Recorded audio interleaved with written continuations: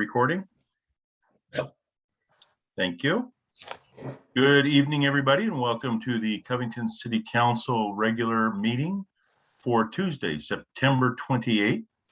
This City Council meeting is being held telephonically and virtually in compliance with state executive and legislative actions responded to the COVID-19 emergency. With that, call this meeting to order, and Chris, if you could please call the roll, please. Yes, Councilmember Kokel. Councilmember Soltis. Here. Councilmember Harjahausen. Present. Councilmember Simomo. Here. Councilmember Porter. Here. Mayor Pro Tem Smith. Here. Mayor Wagner. I am here. We have a quorum, Your Honor. Thank you. I'd look for a motion to excuse Jared. So moved. Second. It's been moved and seconded to excuse Councilmember Kokel from our meeting tonight. I'll just look for all those in favor say aye. Aye. Aye. Any opposed? And Councilmember Kokel is excused. With that, if everybody could please rise and join me in the Pledge of Allegiance. I pledge allegiance to the flag of the United States of America and to the republic for which it stands, one nation, under God, indivisible, with liberty and justice for all.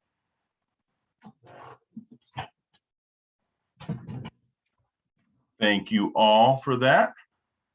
And with that, I would look to approval of agenda. Regan, do we have any changes tonight? No, sir. All right, I'll look for a motion to approve the agenda. So moved. Seconded. It's been moved by Christina and seconded by Beth. I'll call for a roll call vote. Sean, how do you vote? Aye. Christina, how do you vote? Aye. Jennifer, how do you vote? Aye. Show, how do you vote? Aye. Beth, how do you vote? Aye. I vote aye. It is unanimous to approve the agenda as posted. Moving into public communication, we have our illustrious King County Council member Reagan Dunn joining us tonight to give us an annual State of the County presentation. And Reagan. I'll move over Councilmember Dunn now. Thank you.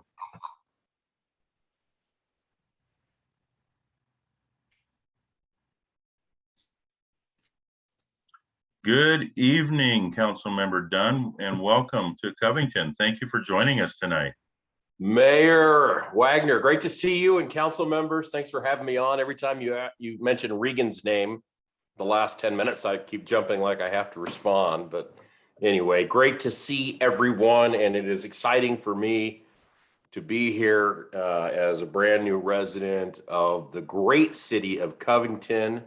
As the mayor knows, at least I think Regan does. We bought a house late winter-ish, early spring maybe, and closed on that. And it's we're really Timberlane neighborhood over there, just on the other side of Home Depot. And I have single-handedly paid the entire city budget with the tax dollars spent at the Home Depot. Very proud of that. The the house was the paint inside walls was bright pink and the carpet was forest green. And I'm sure it was incredibly cool back in the late 80s, but it's no longer. So I did it myself, put the hardwood floors in, repainted, and I'm here. I'm in action. We're ready to go. So great to see everyone today. I was going to just give a presentation, as I do annually, to the 8 cities that I'm privileged to represent, and just kind of give you an update on what's going on in King County. And these are harder, challenging times to communicate. So I have a PowerPoint presentation I'd like to get up on the screen if I could. But before I do, I just want to understand, Mayor, why does that road that goes by the Rock Pizza place, by the Bobo Tea place, not go all the way through over there to the hospital? Why do you have to drive through the Walmart parking lot? I'm just like, who planned that? I'm just curious, because like, I mean, yeah, you can't, like, for example, march troops through there. It's just not straight shot. We got to fix that, man. That was planned back when Walmart was being planned, and that's a whole story. If we have a couple of hours sometime, I'd be willing to sit down and talk to you about it. Yeah, I know what it's like to have an elected constituency, so I just wanted to throw that out there. All right, we all work for one another in this great democracy, so let me get down to business on this this PowerPoint, if I might. Krista, are you running this today? I certainly can. I'm ready to do so. I will share Okay. my screen. Thank you so much. And if you don't mind, I'll just since I am a very low tech man in a high tech world, I will just ask you if it's okay to sort of go to the next slide. So go ahead. Yeah, can everyone see this okay? You see it okay? Okay. All right, great. So let me give you some get you up to speed on everything I'm seeing on a day-to-day basis from our King County Department of Public Health, and then we'll go into some other agencies and major items for your consideration. Obviously, the pandemic has affected us all in major league ways. We are over, I believe, the hump of the Delta variant at this time, and in King County as well as nationally, going back down the other side, which is very encouraging, and that's good. Even though infection numbers are higher, we've gotten better at treating cases so that the mortality rate has gone down since the beginning of the pandemic, when we didn't really know how best to deal with the infection. Let me go to the next slide if we could. Some information that's useful, I think, in the past 30 days, looking at King County's numbers, you'll notice that about 32% of the cases are vaccinated, 68% are unvaccinated. So folks who are vaccinated are still getting sick, but what you'll see down below is hospitalizations and deaths are much lower for those who are vaccinated. And so what I continue to tell everybody is, if you can, absolutely please, by all means, do go get vaccinated. It does make your life a lot easier if you do happen to get sick, and it also can help prevent the spread of the disease. Next slide, please. Here is where we are as a county in vaccinations. About 80% fully vaccinated, almost 86% have at least one dose. Many millions of doses have been put out. If you look at large counties across the United States, we are in the top 2. We go back and forth between number 1 and number 2 in the nation in terms of our vaccination rate, which is good. We should be proud of that. But remember, the world population, only about a third of the world population is vaccinated at this point, substantially below 50%. And in many of the countries, particularly third world countries around the world, the various variants can still develop and replicate in ways that probably, in my judgment anyway, based on what I'm hearing, will come again in some form. So I think we're going to have to live, I believe anyway, we're going to have to live with COVID at some level for the foreseeable future. But this vaccination at this point is very, very important. So there's the data. Next slide, please. On the vaccination chart, remember I mentioned the roughly 80% average. You'll see the various parts of King County have different vaccination rates. You're right in that merging of those two areas, but essentially the farther south you go, the lower the vaccination rate is. And we see that in lots of different ways for lots of reasons I can get into, but things like teen pregnancy, things like autism, things like obesity, vaccination rates, they always tend to go down. We have higher percentages of the problems, is what I'm trying to say, as you get into the south part of the county, particularly the extreme south part of the county, which makes a real challenge.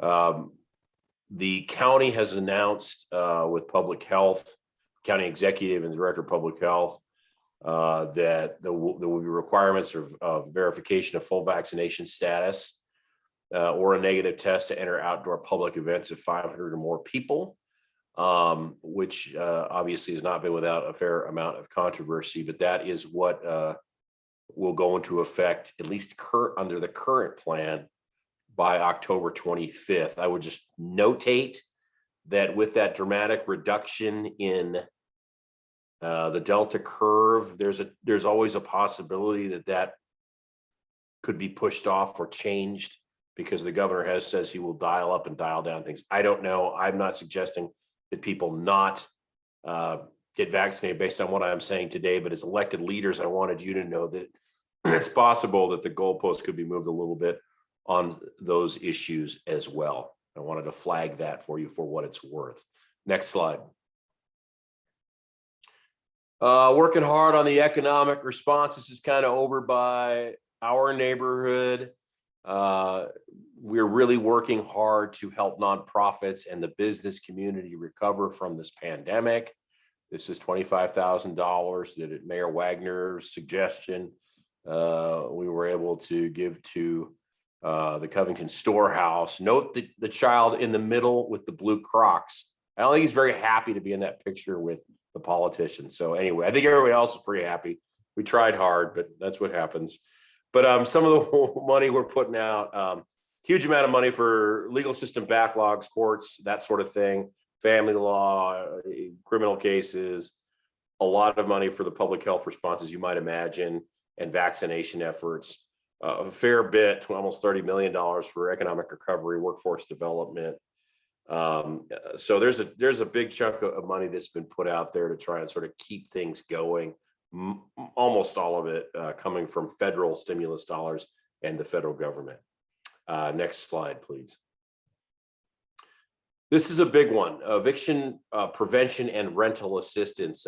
My view on this issue is that besides getting folks vaccinated and getting the medical care they need as a result of this pandemic, that the next most important thing is to make sure that folks aren't evicted from their home by making sure that rental assistance from federal and local governments is distributed as quickly as it can be, so people don't have to face eviction until they can get back on their feet. The problem is King County has, quite frankly, been failing at that effort. And so only the Seattle Times reported here a few weeks back that only about 4.5% of the 145 million had gone out the door, when Pierce and Snohomish County were around 55% and 60% respectively on their distribution networks of the dollars. That's not a good number. And I put some legislation forward to dramatically expedite the rental assistance, to get the bureaucratic, stupid stuff out of the way, and to spend a little money to get a lot more money out. And so the good news is that as of about a week ago, we had $34 million finally out the door. We're pretty close to 40 based on what I know at this point in time. So that's still not good enough, but we are moving forward. And that doesn't just go to renters. It frequently goes to landlords to pay delinquent bills and everything else. So we cut out that possible problem of payment there, because just so you know, I have a number of landlords in my district who have one or two rental homes that they rent. They aren't getting the rent and haven't for a long time, and they're still on the hook for the mortgage as well as the utilities, and they are now showing up at my food banks in various places throughout the district. And that's a problem, which is why the rental assistance need to get out as quickly as possible for that and other reasons. Next slide, please.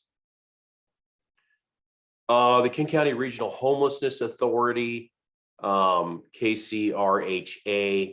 that is, as you know, a multi-jurisdictional effort, principally led by Seattle. Generally, they hired Mark Dones and other leadership staffs. They've got about 10 employees. They're going to engage in sub-regional planning, and they're coordinating with suburban cities or sound cities to help with that plan. So it is a very challenging obstacle to overcome to reduce homelessness in our county. I am really not sure whether they're going to succeed, but anyway, for the moment, I'm really trying to give them the space they need to get off the ground and give it a good shot. And I think only time will tell what's happening in that area, but it is very, very important. Next slide.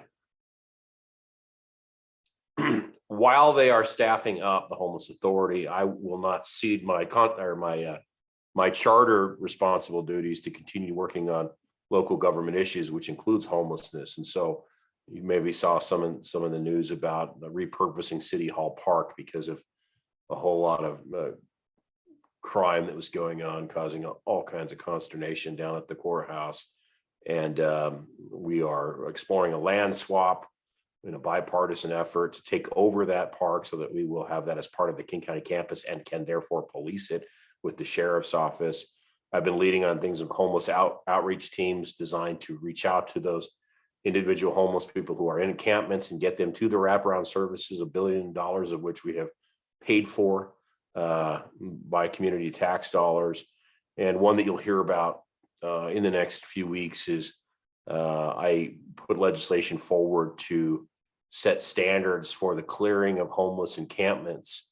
We only have jurisdiction for unincorporated King County. It's still 250,000 people that live out there, but it's modeled after what the city of Portland did. And the idea is that at some point we've got to get our park spaces and open spaces back and set a standard for how we're going to do that, and then moving people into the housing and shelters and other services that we have been working on for the last half a dozen years or so. So that one, it will not be without controversy. I'm not even sure it'll pass the council, but it's very important for our community to have the discussion, in my opinion, so that we are thinking through those issues and what it looks like in the future. Next slide. Supporting addiction, recovery, and mental health. This is an issue close to my heart, as many of you know. We have seen double-digit increases in drug and alcohol addiction through the course of the pandemic. Is very, very sad, particularly troubling. The fentanyl challenge, a lot of deaths, dramatic overdose numbers related to that particular issue. I hosted this spring a conference on addiction disorders. It was a half-day program, and we had 200 people attend, and it was, I think, useful and I think really helped to find ways to distribute the resources to get some of these problems under control. Put some legislation forward on virtual recovery meetings, so Zoom bombing and the recording of, for example, AA meetings isn't lawful, and supported some other nonprofit organizations in substantial ways that help with this important aspect of our social safety net. You'll see my wife there, another Covington resident / voter, Ashley, and we were handing out Recovery for All t-shirts at the Mariners game, which we won. I was very happy about that. Next slide, please. Okay, bad news. Here's the really bad news. Crime is dramatically increasing. It's increasing across the country, but it's increasing worse here in King County. Dramatic increasing in shots fired, in shooting victims, in homicides. We are on track to have an all-time record in homicides in King County this year. That's not good. That's not good at all. And so that's the fact. Then there's the policy. And depending on where you are, there are different things that you would want to do. But let me tell you, my view is that there's a lot of different things at play here. First, COVID-19 is playing a significant role in the increase in crime for a lot of different reasons. Some people have more time on their hands. They're able to engage in criminal activity. That's the restlessness factor, I would call it. There's a massive defunding of our police departments, 270 officers in Seattle. Fully 35% of the county sheriff's force has been defunded against my objections for many years. But unfortunately, that is a problem because community policing can't occur. The investigations that lead to the arrest and prosecution of repeat offenders can't occur. And all we're doing is responding to things like shootings and homicides. And so that is a big problem. There are other factors at play too. The economy, job training. There's a lot of things. The homelessness increase is part of this, as much as people don't want to talk about that. I think it is part of the problem. So we all need to stick together on finding solutions to the public safety problems here. Some are a result of national trends. Some are a result, in my opinion, of failed policies. Okay, next slide, please. King County Sheriff's Office update. You are a very important contract city, and as you know, the voters voted to not have the sheriff elected any longer, but rather appointed by nominated by the executive, appointed and confirmed by the King County Council, with policy and funding oversight left to the King County Council. Okay. By the way, Covington opposed that, by the way. Barely, but it did. But in my district, it was about 60% against. So we're going to be looking at recommendations coming up here and the hiring of a new sheriff. It could go a couple different ways. The way I hope it does not go is that we get some, a non-law enforcement sort of activist type in that position. I don't think that's the right fit for that particular role within our county government. What I hope we get is a major city chief of police, perhaps with a diverse background, who is willing to accept very important police reforms that are necessary, of course, within our system, but also at the same time is going to advocate for sound criminal justice policy, advocate for the men and women in uniform who are risking their lives to keep our communities safe, and be the best of both worlds. And I consider that the most probably that and that one is one of the most important things we could do next year as a county, is get that organization, the sheriff's office, righted, for lack of a better term, and a new person in place. And it will take a substantial amount of effort at the county level, since I guess we've decided to take control of that as a county council. So that's going to be really significant. And you'll hear a lot about that moving forward. And as a contract city, your input means everything to me. So any of you, please pick up the phone, call me if you have a concern, a comment, a suggestion for improvement. If you don't think that you're getting the services that you're requiring from the King County Sheriff's Office, I'd sure like to hear about that. Perhaps there's systemic or structural things we can improve to do that. Next slide, please. Lots of public safety legislation, officer wellness program. Men and women in uniform are under a lot of pressure, a lot of stress. They don't feel like they're supported by their leadership, their elected leaders, the politicians in the community. Their funding is more and more strained. Their wellness is important. I was proud to sponsor an officer wellness program. Also was able to fund a KCO recruiter position. This is important. So that they can help to fill the 54 vacant positions in the King County Sheriff's Office. The one thing I've learned in government is if you leave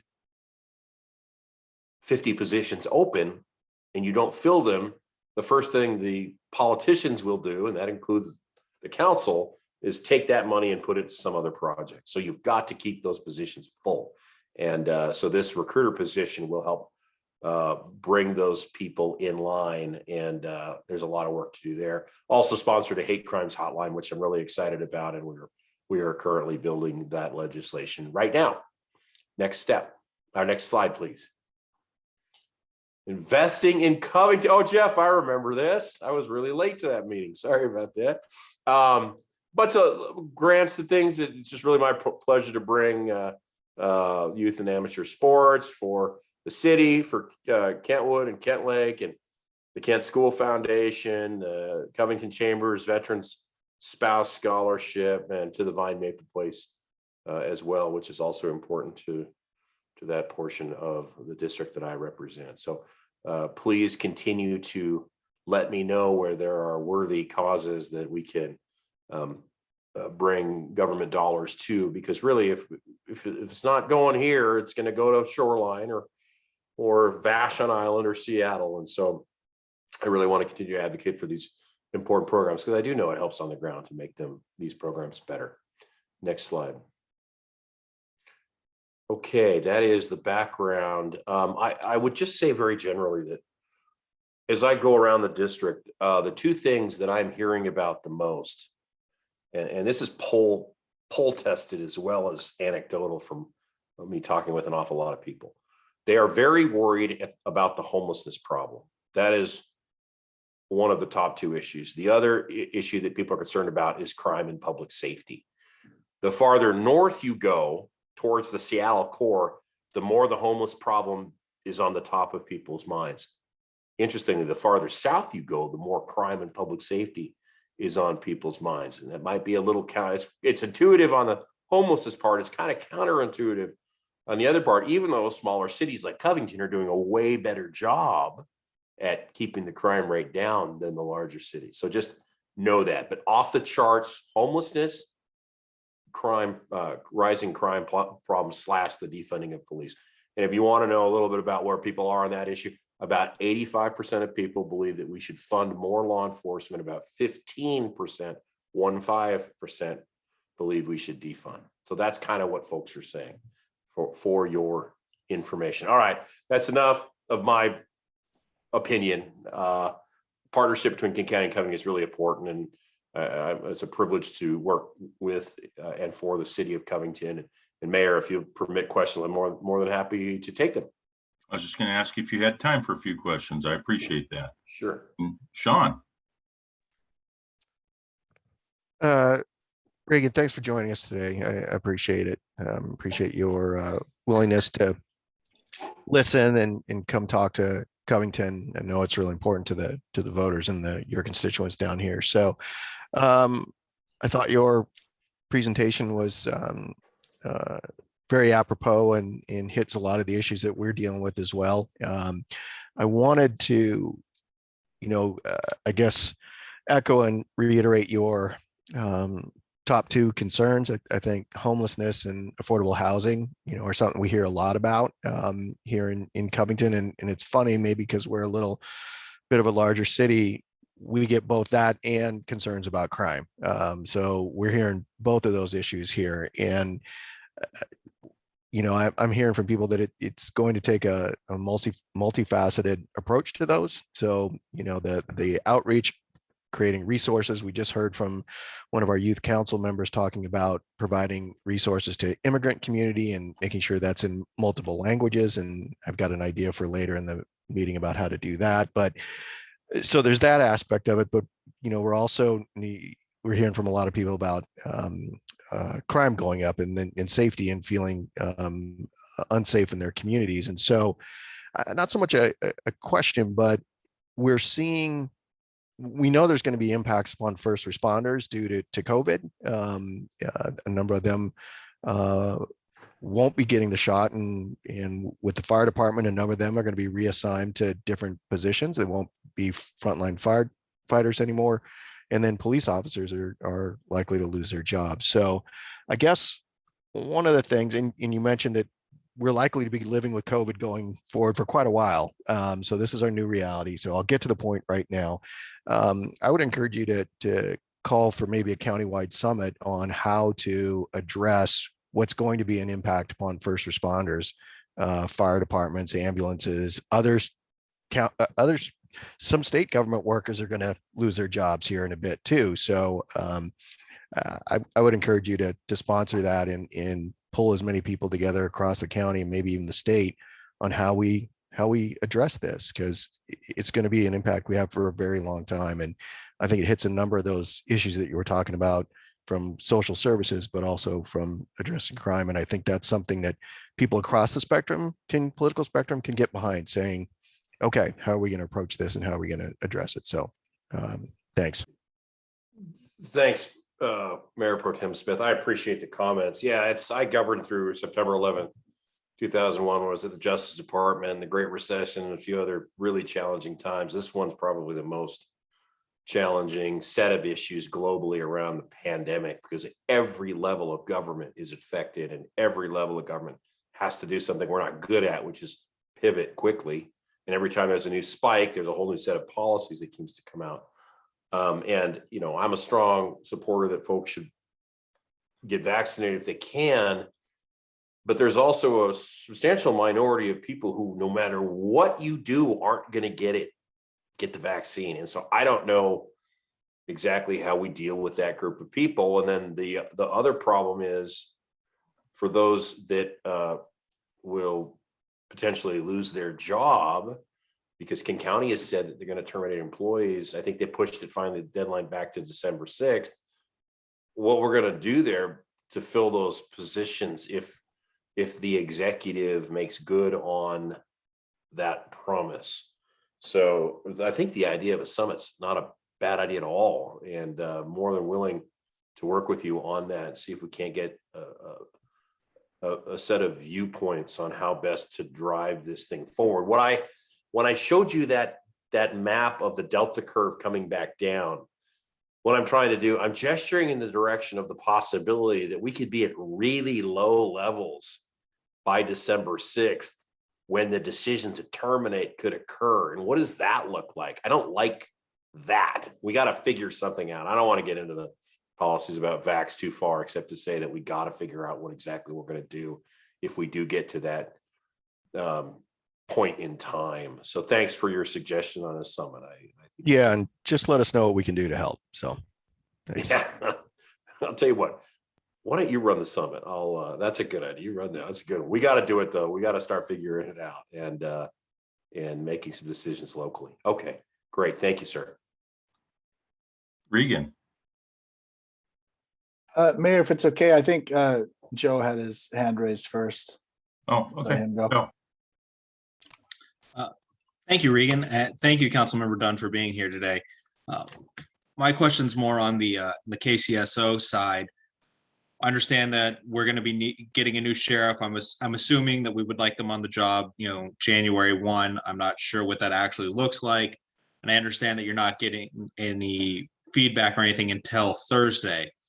Do we have a timeline, though, of after that feedback has been given to the executive and to the county council of when we start looking for a new sheriff? Is that something that we're hoping we have someone by January? Or are we looking at January 2023 when we have a new sheriff on board? It's funny. I had a conversation with the chair of the council just the other day on that point.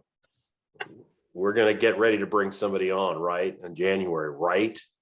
And they're not anywhere near ready. It's the executives committee, King County executives, leading the charge on this. And as you might imagine, there's a lot of folks from downtown Seattle who were involved in that process, and it's getting hyper politicized in terms of what the standards will be for hiring, which is exactly what we don't need. We need to get somebody on the job. The department's having very real challenges right now. The sheriff's office. I mean, I think you guys know that you're a contract city. We've got to not only fix those problems, we got to get somebody on board who's then in a position to fix those problems. So the answer is, I think you and I are both going to be disappointed on the timeline. And I think the best we could probably hope for is something like March, but I think it's going to be more like June, if I had to guess. After it's going to be really frustrating to watch how this interview process moves forward. So I had some conversations with some people who have held that job, and they're a group of people that might be weighing in to do the heavy lifting of getting the department ready to receive a new sheriff. And I think that's really, really important. And I'm not saying somebody's going to come in, a former sheriff as an acting sheriff, but in a consultative role, right, that will help fix some of these problems. For example, our relationships with our contract cities, so that we can get to a place where we still have some contract cities by the time the new sheriff gets hired. You hear me? So, I mean, you guys are the clients here, and that's the way I look at it. So your views matter. The sooner we get a sheriff, the better. And I think it would make sense for you to let the sheriff's department, the executive branch of our government, know that. That would be helpful. Thank you, council member. Thank you, council member. Thanks, Joe. Regan. Hey, Reagan, thanks for being here tonight, man. You bet. So I'm on, want to talk again about public safety and the sheriff's office and Executive Constantine's mandate for the vaccine. And I think one of the difficult issues as far as an organization and logistically covering public safety in Covington and the other contract cities is, as you know, we're already holding vacancies because the sheriff's office hasn't been able to recruit enough officers for us to fill all of our positions. And as I'm understanding it, with the vaccine mandate, that does not allow for regular testing. Otherwise, I think most of those people would stay. We're going to lose between 75 and 100 officers department wide. In Covington, that equates to 3 officers at this point that we're that we could potentially lose, and that's a huge hit for us. So the things I'm wondering about, I know the testing is off the table, but for legitimate exceptions, my concern is none of those are going to be approved, kind of like with the State Highway Patrol, because that could allow us to keep some of our officers. Do you have any insight on exemptions that have been submitted, but nothing's been returned to them? And I don't know that that December 6th deadline applies to the union that our police officers work for. I think they still have the October 18th deadline. So that's pushing for us, and not knowing about exemption status. Yeah. Okay. So great set of questions. Let me try to answer the best I can. The executive, the elected executive, and the head of public health, Seattle County Department of Public Health, are dead set against any exceptions approach, and we're going to terminate all these people. And for me, I worry that is maybe a little too hard line, is the best way to put it. And that there may be testing is one thing. A lot of states are doing that, whatever, weekly testing through the course of the pandemic. Israel just came out with a study that said that natural immunity from being sick is 11 times more effective than man-made vaccinations. It hasn't been peer reviewed. There's a couple areas where I think we gotta get some facts before we wholesale fire 75 to 100 of our law enforcement officers in a career where nobody in their right mind would go into it, given the current climate. So I think that there needs to be a little more thought into what we do when you get that group of people who, like I said, that small minority who simply won't do a vaccination for a lot of different reasons. And I don't think we're there yet. You don't see a lot of politicians here locally speaking out against the vaccine mandate, because it's like 70-30, 4 vaccine mandates. So politically, you're not going to see a lot of it. But I think back to Sean's point too, I think we've got to have a conversation about what we're going to do here, because wholesale firing just seems like that is, okay, you're going to fire somebody because of that. So what are you going to do with their retirement? I mean, what are you going to do for housing? How are you going to handle their health insurance? They have families. I mean, there's a whole lot of stuff there that's wrapped up into that issue that I don't think, we've thought through very well. So if you have a good idea, let me know. How about that, Regan? Yeah. And maybe the summit's the best idea. I've got a few. Okay, well, good. All right, look, we'll go over to the Panda Express. Boom. There you go. For Applebee's. Got it. Covington. We'll get a hot dog at Costco and let's go over that stuff. Okay. Hey, thanks, man. All right. Thanks for what you're doing. This feedback's really important to me, by the way. So thank you. Okay. Anybody else have any questions for Reagan? Well, council member, thank you so much for joining us tonight and for a very good update. I'll reach out to you personally to talk to you about some other things. So I really appreciate everything that you do for not only Covington, but for the entire community down here. So thank you. Thanks, Mayor. Appreciate the chance to represent this community, and we'll stay in touch. All right. Thank you. Have a great evening. You too. Thanks. And next up is Domestic Violence Awareness Month Proclamation. And Victoria Throm is joining us tonight. Welcome, Victoria. Thank you for taking time out of your night to join us to receive this proclamation. And I'll read this proclamation. Whereas in October of 1989, the first Domestic Violence Awareness Month commemorative legislation was passed by Congress, providing key leadership in the effort to reduce domestic violence.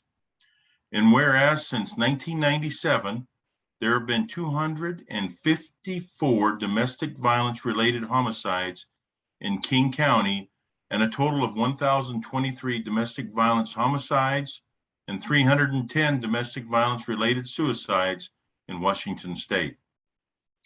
And whereas with continued public awareness programs, increased education of healthy relationships, and more people taking action, against domestic violence, we will break the cycle of abuse and provide skills to empower victims and children. Now, therefore, we, the City Council of the City of Covington, do hereby proclaim the month of October 2021 to be Domestic Violence Action Month in the City of Covington, and strongly urge all citizens to take action by installing a purple light in their front porch light fixture to honor the victims and give hope to those still living with abuse. And Victoria, you and the Covington Domestic Violence Task Force created Purple Light Nights. I can't even remember the date that you started this, but it has gone not only countywide, statewide, it's gone worldwide now. And we were just discussing this at Sound City's meeting earlier today. So I just love what you've done with this to bring awareness to domestic violence. And I wish I was there in person to hand you this proclamation and thank you in person for everything that you've done for this. And is there anything that you'd like to say, Victoria?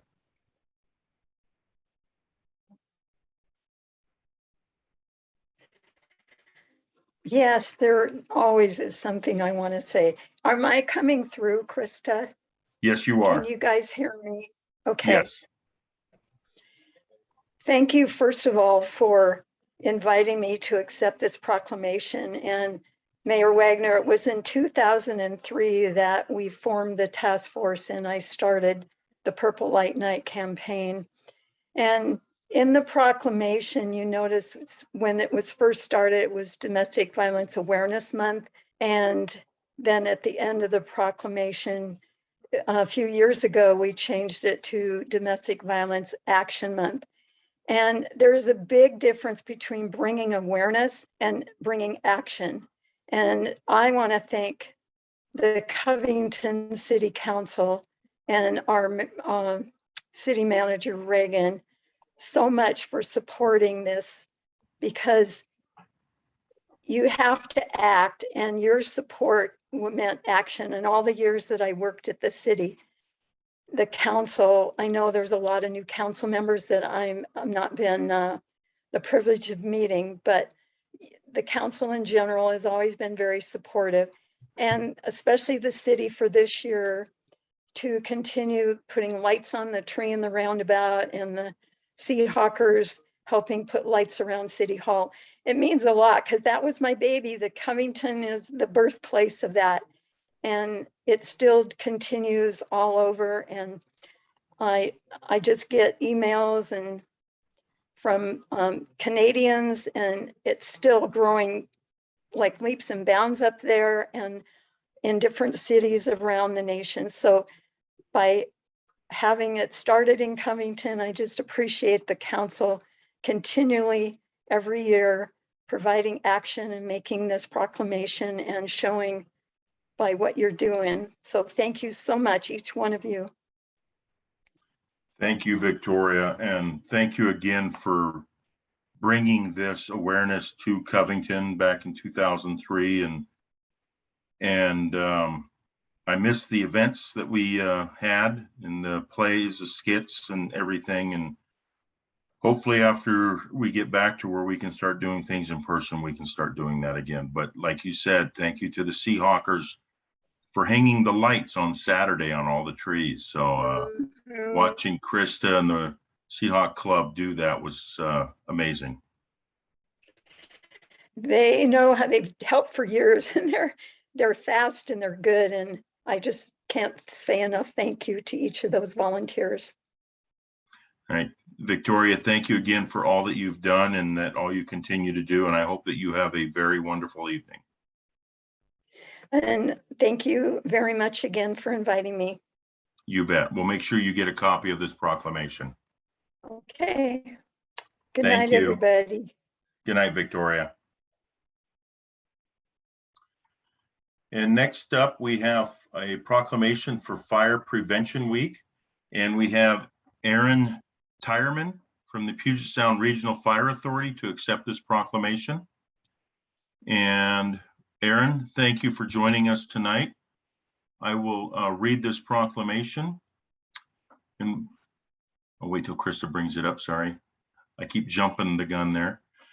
So whereas fire is a serious public safety concern, both locally and nationally, and homes are the locations where people are at greatest risk from fire. Cooking is the leading cause of home fires and home fire injuries, and heating equipment and smoking are the leading causes of home fire death. And whereas this Fire Prevention Week, with the message, "Learn the sound of fire safety," supports public education measures and enable families to take personal steps to increase their safety from fire, especially in their homes, as residents who have planned and practiced a home fire escape plan are more prepared and will therefore be more likely to survive a fire. And whereas the City of Covington recognizes the value of all information received from the Puget Sound Regional Fire Authority and would like the citizens of Covington to support and cooperate with them in order to maintain a safe community. Now, therefore, we, the City Council of the City of Covington, do hereby proclaim October 3rd through the 9th of 2021 as Fire Prevention Week in the City of Covington, and urge all citizens to support the many public safety activities and efforts of the Puget Sound Regional Fire Authority, provider of fire and emergency medical services in Covington. And Aaron, we have this proclamation, and I would love to hand it to you virtually, and we'll make sure you get a copy of this. And thank you to you and everybody on the team at Puget Sound Fire Regional Authority. And is there anything that you would like to say tonight? Yeah, first and foremost, thank you, Mayor Wagner. You know, when the big red fire trucks are going down the road and something's caught on fire, it's really kind of the last thing that we want. It's when everything else has failed. The unsung heroes of the fire department are the men and women who work in our fire prevention with code enforcement, public education, and development services. We work closely along with your building development. But it really is a testament. We're one of the few organizations and disciplines in the world that constantly work to put ourselves out of a job. Ultimately, we'd like to come to work and never have to do this. So it is appreciated. It's important. The work that the men and women do in our prevention bureau is outstanding, and we want to continue to see those fires from cooking and from heating continue to decline. So thank you for having us. Thank you for the proclamation. It is much appreciated. Good. Thank you, Aaron, and please pass on our thanks to everybody at Puget Sound Regional Fire Authority for all that they do. Thank you, sir. Much appreciated. You bet. You have a wonderful evening, and thank you for joining us tonight. Thank you. Good night. And next up is I have a proclamation for Safe Schools Week. Megan will be accepting that this evening. Okay. Chief Roberts. I will read this proclamation. Thank you for being here tonight, Chief. Whereas excellence in education is dependent on safe, secure, and peaceful school settings. Yet the safety and well-being of many students, teachers, and school staff are unnecessarily jeopardized by crime and violence, such as substance abuse, gangs, bullying, poor discipline, vandalism, and absenteeism in our schools. And whereas it is the responsibility of all citizens and leaders, especially those in education, law enforcement, government, and business, to enhance the learning experiences of young people by helping to ensure fair and effective discipline, promote good citizenship, and make schools safe and secure. And whereas schools make substantial contributions to the future of America and to the development of our nation's young people as knowledgeable, responsible, and productive citizens, and the observance of America's Safe Schools Week will focus public attention on school safety and identify, develop, and promote innovative answers to these critical issues. Now, therefore, we, the City Council of the City of Covington, do hereby proclaim October 17th through the 23rd as America's Safe Schools Week in the city of Covington and ask all citizens to join us in this special observance and recognition of the value of safe schools in our community as secure and peaceful places for learning, teaching, and working, free of drugs, alcohol, weapons, and fear. And Chief Roberts, I'd like to hand this proclamation to you and thank you and the entire team working with the Kent School District to help make our schools safe for all of our students, teachers, and everybody that works and visits the Kent School District. Is there anything that you'd like to say tonight? Thank you very much, Mayor and Council. I think that especially in light of the kiddos missing a majority of last year, I think we all think that it's so important for them to be there and to be interacting with each other and learning how to interact with other people and to be safe while doing so. So absolutely relevant, and we really appreciate you bringing some attention to it. Thank you. Thank you very much. We appreciate you taking this proclamation tonight and being here for it. My pleasure. And with that, we will move into our next public communication is to discuss new legislation affecting law enforcement. And we have with us tonight Aaron Overby with King County Sheriff's Office Legal Advisor. Aaron, thank you for joining us tonight. Hello, can you hear me? Yes. Great. I believe that Chief Anderson is also here with us tonight. He is the operations chief for the King County Sheriff's Office, and I know that he has some information to share with you as well. I don't know if you have my PowerPoint up and ready, or if I could share the screen. Either one is fine with me. I don't have it up yet, but I can momentarily if you prefer for me to run it. Otherwise, you should have the option to share your screen as well. Okay. Let me try that.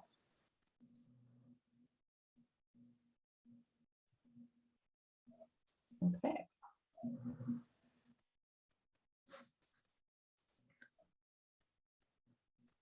Are you able to see the slideshow? Yes. Great. Well, thank you, everyone. And Chief Anderson, are you there? It looks like you are. I am here, yes. Great. I'll let him get started on outlining what we're here to talk about tonight. And I don't know if it's just me, but I see like this is very large font on here. So, Yeah, it's a little bit zoomed in. yeah, I don't know if you can shrink it down a little bit. I don't know what to do with that. I can go ahead and share if you'd like. You know, I'll stop sharing because I can't seem to get it into the right font size. Well, while she's bringing that. That look okay? Great, thank you. So a quick introduction. I'm Jesse Anderson. I'm the Patrol Operations Division Chief, and I oversee all of our patrol folks throughout unincorporated King County and our contracts. And so Mayor Wagner and Council, I appreciate you having us here tonight to talk about this very important challenge that we're working through right now with the legislative updates. And this is our opportunity to try to give you a quick presentation. There's a lot to talk about, and we could go on for quite a while here on the various legislative updates, but I know that we have a short amount of time. So we're going to hit on the highlights. I'm going to talk about the operational aspects of this, and Aaron's going to hit on the more legal aspects of it. So give you some background here. I've been on the department now for about 30 years, and I will tell you just to start out, these changes are not new to us. Probably for the last 15 years, I've been involved in a lot of different changes, you know, at the department up to the standards that other large agencies have been under. This are officer involved shooting investigations, how those are done, Obviously things have changed quite a bit over the last 15 years on those, but this is not all new. And what you'll see here in this presentation is legislation that includes actually several of our policies that have been in place for a number of years now. So it's actually nice to see that the legislator looked at Puget Sound area policies, police policies and procedures, and built legislation around those to provide consistent standards throughout the state. And so and the reason I know that there's King County policies incorporated into the legislation because the wording is about verbatim in that legislation that matches up with our policies. So we'll go over those when we get to that. I just wanted to make sure it was clear for everyone here that we try to stay on top of this. And I think if you look at maybe some other agencies, rural agencies, say like on the east side of the state, these changes may be really new to them. I mean, drastic changes for their operations. But for us, it's fine tuning things, a little more restrictions than what we're used to, but it aligns with where we've been and being progressive and making these changes over the last several years. We are very supportive of the LEAD program. The LEAD program is primarily used over in North Highline, in metro area, law enforcement assisted diversion, radar program up in the shoreline area. And these are all programs that deal with people who have drug addiction, minor arrest offenses, and mental health issues. We work closely with MHPs, mental health professionals, and DCRs, that's designated crisis responders. And we'll talk about that relationship and how the legislation has impacted that a little bit as far as our authority in those type of situations. We'll also hit on, and especially Aaron will hit on this, where we're recognizing that there's some really good legislation out there, but it's not yet fully developed. It needs some work on it. And I think it's important to, for people to understand that I think there's some belief out there that law enforcement is resisting these changes. And I can speak only for the sheriff's office. We are not resisting these changes. We want to work with legislators to help better draft those changes to fit into practice, right? Operationally, how that works for our deputies out on the street. And so we're not resistive. We support this. Again, it's already built into our policy. We just need to work out some of the bugs in these laws to help us provide better guidance and support for our deputies. It's also important to point out that we continue to go to all calls for service. There are some agencies have taken a position that we're not going to go to, say, mental health type calls or some other types of calls because we don't think the legislators want us to go to those. We're not taking that position. We have not taken that position. We're looking at some online reporting options and things like that because of workload, but not for in-progress calls where the police are needed to help protect people, de-escalate situations. And so we will continue to go. And what we are training out there for our deputies, that when we arrive at those calls, our actions, our response may be a little different than what we're used to. And I'll get into that throughout the presentation.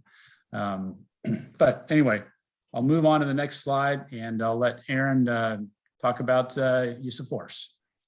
One of the significant bills that passed in our last legislative session has to do with the use of force by law enforcement. And until that, the law has been for quite some time that you could use physical force so long as it was objectively reasonable to use that force based on the facts and circumstances known to the officers at the time. So the legislature has added another layer onto that in the state of Washington. And the law in Washington is now that you can use physical force only in these 4 situations. First of all, to protect against criminal conduct where there's probable cause to make an arrest. And probable cause is a legal term, and it basically means that you have a pretty good reason to believe, you have evidence to support a conclusion that the person that you are contacting is the person who committed the crime. So you must have probable cause to make an arrest or effect an arrest. The legislature did not provide any clarity on what they meant by effect an arrest, so we're not clear on that. To prevent an escape, and this is primarily custodial escapes. Someone might be escaping from a jail or prison. And the last category is to protect against imminent threat of bodily injury, either to the deputy or to another person, and that would include the person against whom the force is being used. Those are the 4 circumstances in which you can use physical force as a law enforcement officer. Next slide. And we at the Sheriff's Office have added one final layer onto that. There is a criminal statute that deals with obstruction of a law enforcement officer. We've instructed our deputies not to use that as the sole basis for finding probable cause. There's a concern that we might see an impact on our ability to use this crime in the future if it's used too much and seen as a workaround to the new law requiring probable cause. So that's an additional layer that is unique to the Sheriff's Office. Do you have some thoughts, Chief Anderson? Yes, I mean, we are going to allow limited use of obstructing, and those would be very isolated incidents, such as a crime scene preservation, where we need to protect a scene where somebody is insisting on getting into that scene and damaging evidence, hurting someone. Just very few situations where obstructing would be allowed. And keep in mind, we don't necessarily make a physical arrest over that, but having that law as a tool that we can use to provide direction to people and hope that they comply and move along, it's good to have that in place for that reason. Next slide, please. So some further definition from the legislature on the concept of reasonable care. We always have had a duty of reasonable care in how we carry out our work as a police agency, and the legislature has provided a little bit more clarity on what that means in Washington. First of all, when using any level of force, the expectation is that we will use the least amount of force necessary to overcome resistance. And in doing so, we are to look for certain kinds of characteristics and conditions. That includes medical conditions, pregnancy, age, signs of mental, behavioral, or physical impairments or disability, perceptual or cognitive impairments related to substance abuse, suicidal ideations, language barrier, or the presence of children. These are the kinds of concepts that we've been teaching to our personnel in training on a regular basis. So as Chief Anderson indicated, a lot of these requirements are nothing new to our folks. Next slide. When it is possible, the expectation is that our deputies will exhaust available and appropriate de-escalation tactics before using physical force. And again, these are concepts we have been teaching to our folks during our annual training, our in-service training. We train them to use time, distance, and cover, and these are concepts used to avoid getting into physical contact with people if it's safe and appropriate to do that. Using additional resources, we do have some mental health care providers that work with us in the field. We have designated crisis responders that we work with. And so we continue to use their support. Designating one officer to communicate with the subject, that can make communication smoother when somebody is in crisis, and really slowing down calls and taking the time necessary to try and talk somebody through something without getting into the use of physical force or weapons. But now there is a statement in the law that suggests that if you do not have a situation where there is imminent threat of harm and no crime is being committed, then you leave the area. Next slide. I'm sorry. Go ahead. A quick comment on the leaving the area. This has been a little bit of a challenge to provide direction to the deputies out there, because they're interpreting that to mean that basically, hey, if there's no crime, there's no imminent threat, then why are we going? Why are we going, even spending time there at that call?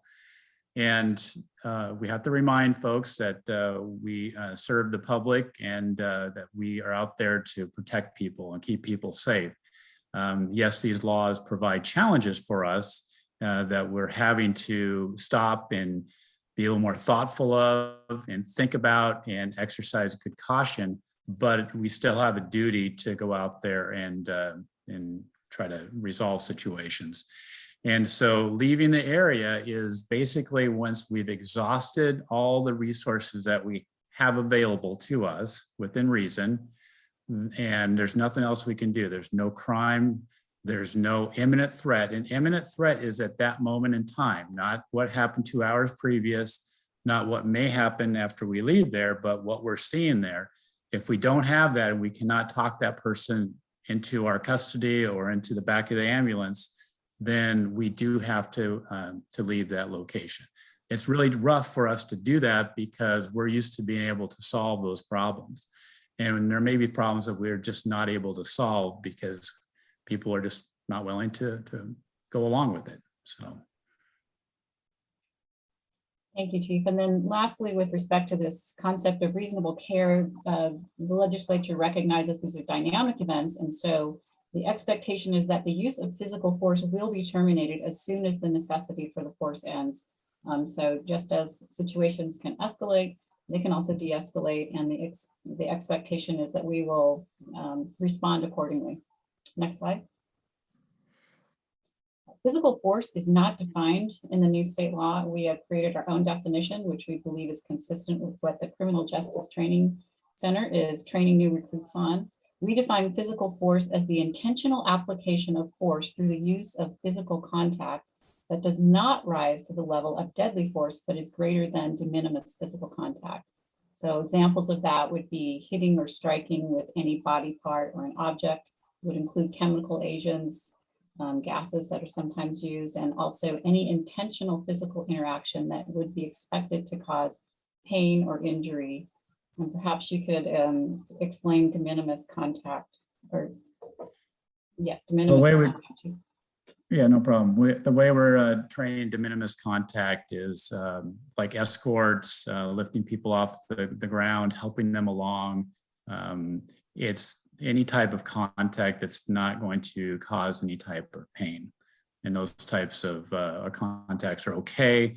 And our deputies are making sure that they're very careful with that they're not crossing that line to using a reportable physical force unless they meet the threshold with probable cause or imminent threat. Next slide, please. The use of deadly force is a greater use of force, obviously, and it may only be used when it is necessary to protect against imminent threat of serious physical injury or death to the officer or to another person. And that is the only time you can use it. So the expectation is that we will use available and appropriate less lethal alternatives before deadly force, and that if our deputies are trained and equipped to use less lethal force, that would include something like a taser, they must ensure that those alternatives are available for their use while on duty. And finally, if safe and feasible, our members are expected to identify themselves as a police officer, sheriff's deputy, and issue a verbal warning before they discharge their firearm. Next slide. The new law also includes some prohibitions, things that may no longer be done. Again, many of these things are not things that we were doing anyway, but now it is the law that you are expected to not shoot at a moving vehicle. There are a couple exceptions for imminent threats. It is not proper or appropriate, excuse me, to fire warning shots or to shoot from a moving vehicle, except as a last resort.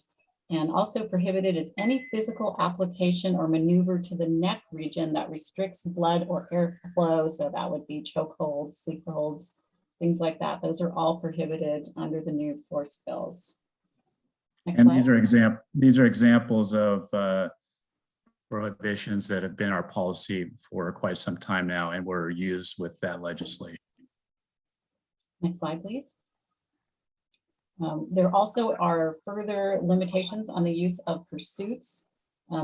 Pursuits can only be used, there are 4 elements, and the first one is either or. Either you must have probable cause to believe the person in the vehicle has committed or is committing a violent offense or sex offense, and those are defined in other laws, or you have a reasonable suspicion the person in the vehicle has committed or is committing a driving under the influence offense, and there is previously observed dangerous driving that poses an imminent threat of serious physical injury or death to the public. Could you provide your thoughts on that last portion, Chief?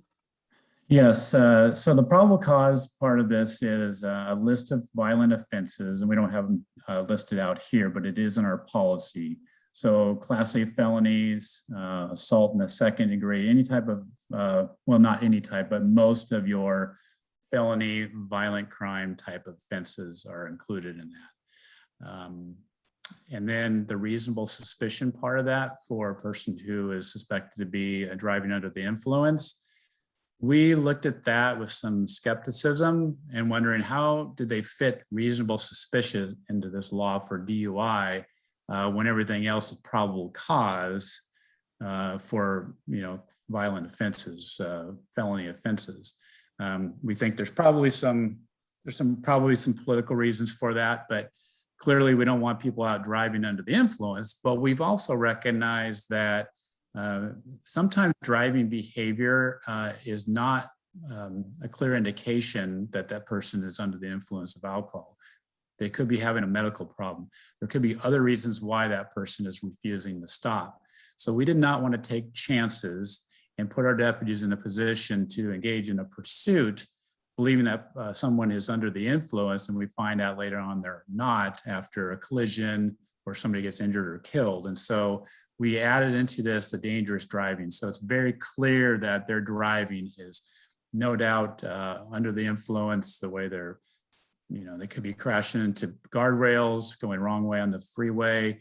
There's a number of things that could be happening. They're very obvious that we need to stop that person because they pose an imminent threat to someone else or themselves. Next slide, please. Okay, so we just went over the first element that must be present. The second one is the pursuit must be necessary for the purpose of identifying or apprehending the person, and the person poses an imminent threat to the safety of others, and the safety risks of failing to apprehend or identify the person are greater than the safety risks of the vehicular pursuit under the circumstances. So we're expecting some risk analysis to be happening in the moment. And finally, the pursuing employee receives the authorization from a supervisor to engage in the pursuit, and that person has supervisory control over the pursuit. All those elements must be present in order to have a lawful pursuit in the state of Washington now. Next slide. This new law with respect to the use of force has been talked about a lot lately in the press, and I think it is because this is somewhat of a change from the past practice, at least it is for KCSO. There is a statute, RCW 71.05 does give some authority to law enforcement officers to take people into custody when there's a need for involuntary commitment. And what the law provides is the authority to do that, but not the obligation to do that. And so to look and to determine what you can and cannot do in that situation, we believe you have to look back to the force discussion that I started off this discussion with, that has one of those four elements present. You have probable cause to believe a crime has been committed, or you have an imminent threat to the deputy or another person.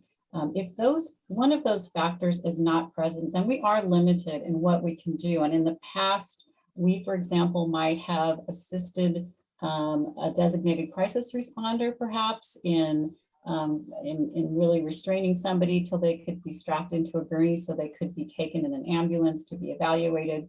We no longer have that ability to use physical force to assist in that way.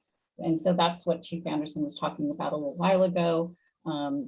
We believe that what we're doing now is consistent with the law, and it may be that the legislature decides to provide more clarification and says that you can use a reasonable level of force to assist in this process. Until they do that, we are applying the law as we understand it, which is you must have imminent threat or commission of a crime in order to use physical force. And lastly, again, walking away if there's no voluntary cooperation.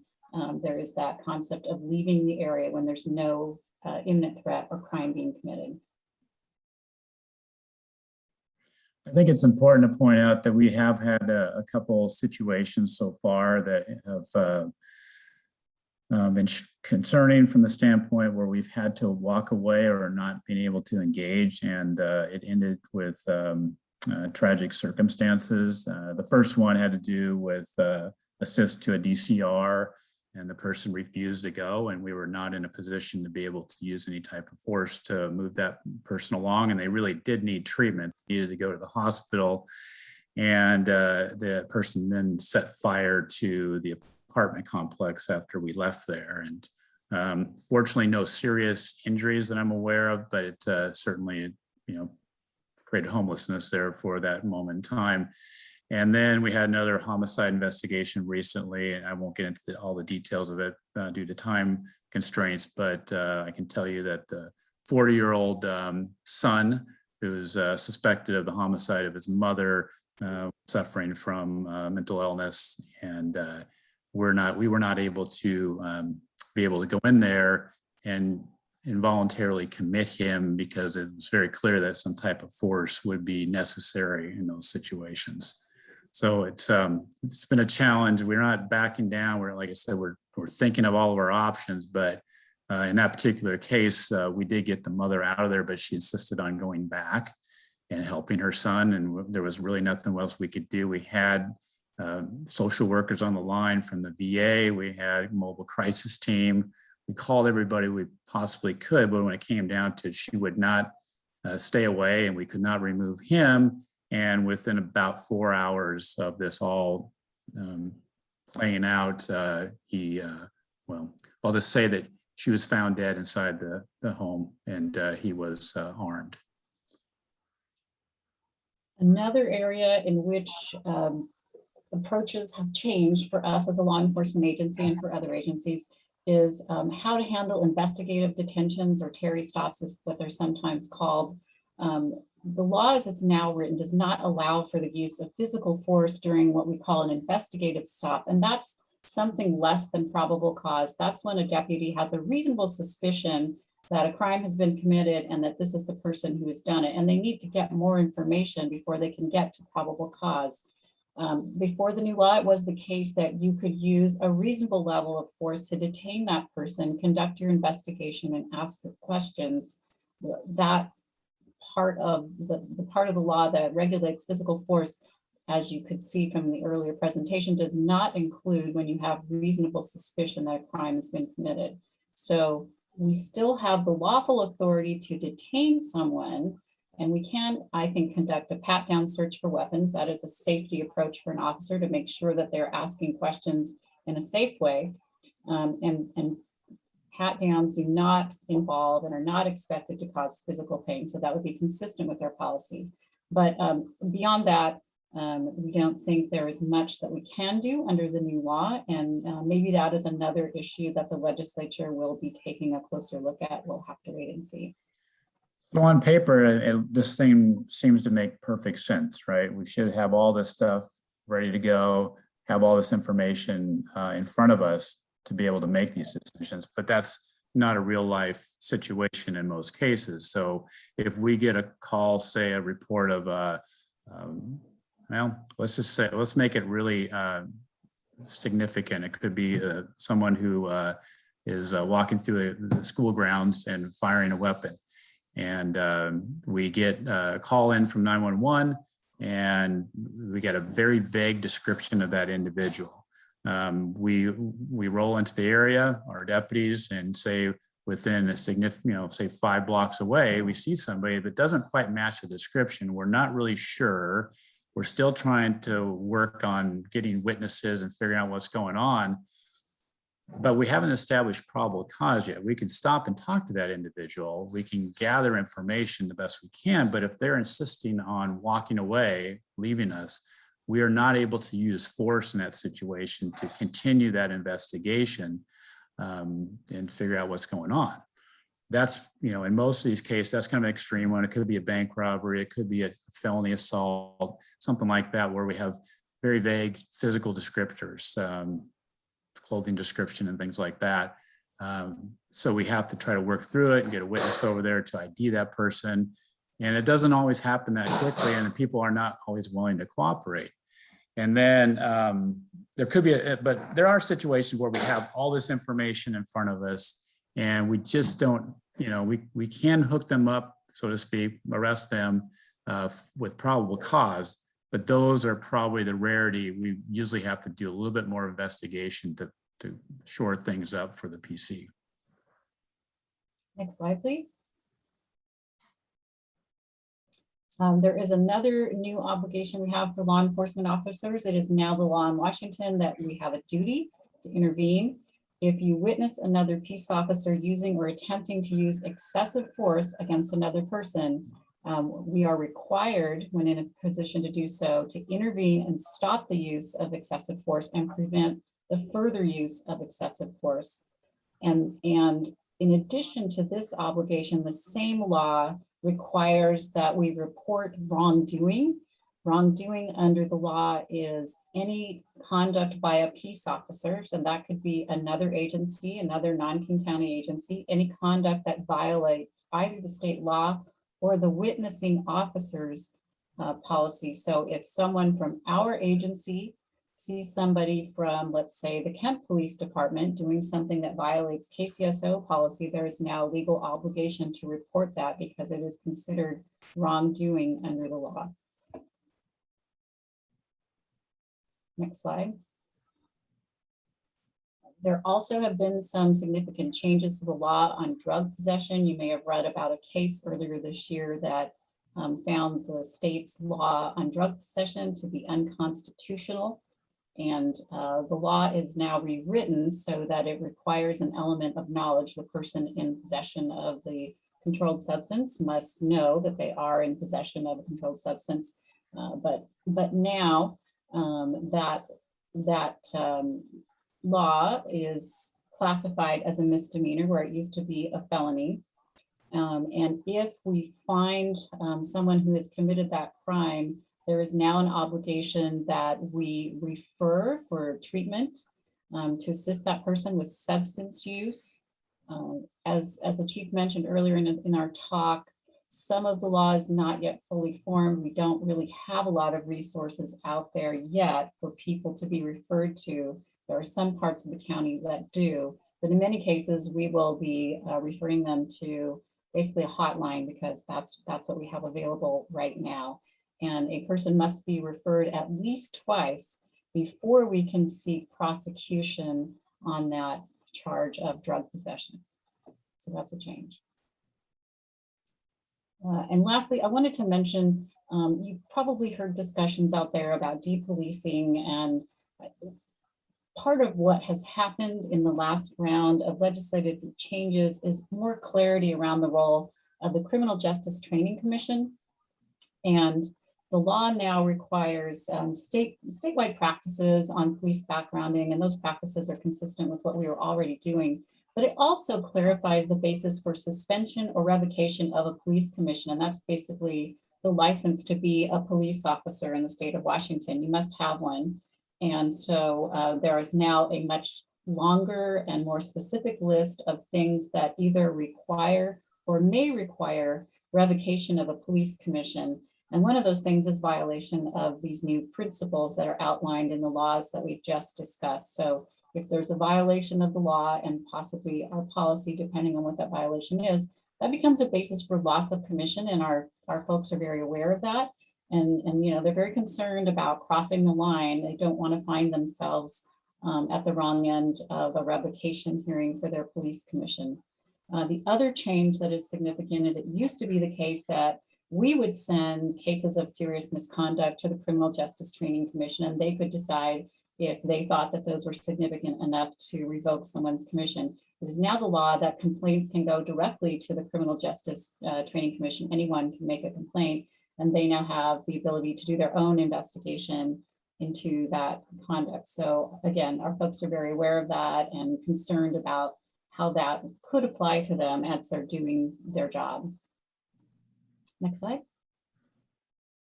I guess we have time. I don't know if you guys are still wanting to talk about this anymore, but I think we probably have a few minutes for questions if anybody has them. We have a few minutes for a couple questions. Does anybody have any questions for Aaron or Chief Anderson. Sean. So I guess I'll go first. I'm not so much a question as a comment and an observation. Appreciate the new position that our law enforcement is in. I appreciate the rationale that went into making these changes as well. I've heard through this you're tracking some of these stops and where contact was made. You have an uncooperative, I don't want to say suspect, person of interest. You leave the situation and later come back and it's escalated. Is King County and its contract cities being encouraged to track those incidences? And then I guess on the flip, are you tracking those incidences where historically, you probably would have used force and it's being resolved without that? So those two things, one where force historically would have been used and you're leaving the situation, like you said, you come back and it's now escalated beyond what would have been expected if you'd been able to intervene. And then two, where are we seeing a non-use of force actually resolving in a more, I don't know what the right word is, peaceful resolution? That's a great question. And the simple answer is no, not to that degree. We do have a use of force dashboard where we capture use of force statistics, but we have, because this is relatively new, we have not designed a system yet for reporting out on what we think could have resulted in a use of force.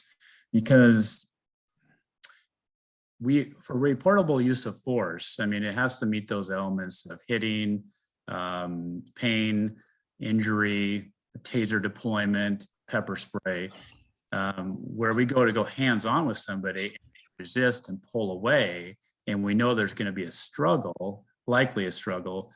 The deputies are letting those individuals go if they don't have probable cause. So it's they're speculating that that there's going to be force used, right? Because it's moving in that direction, but it's not necessarily a reportable use of force.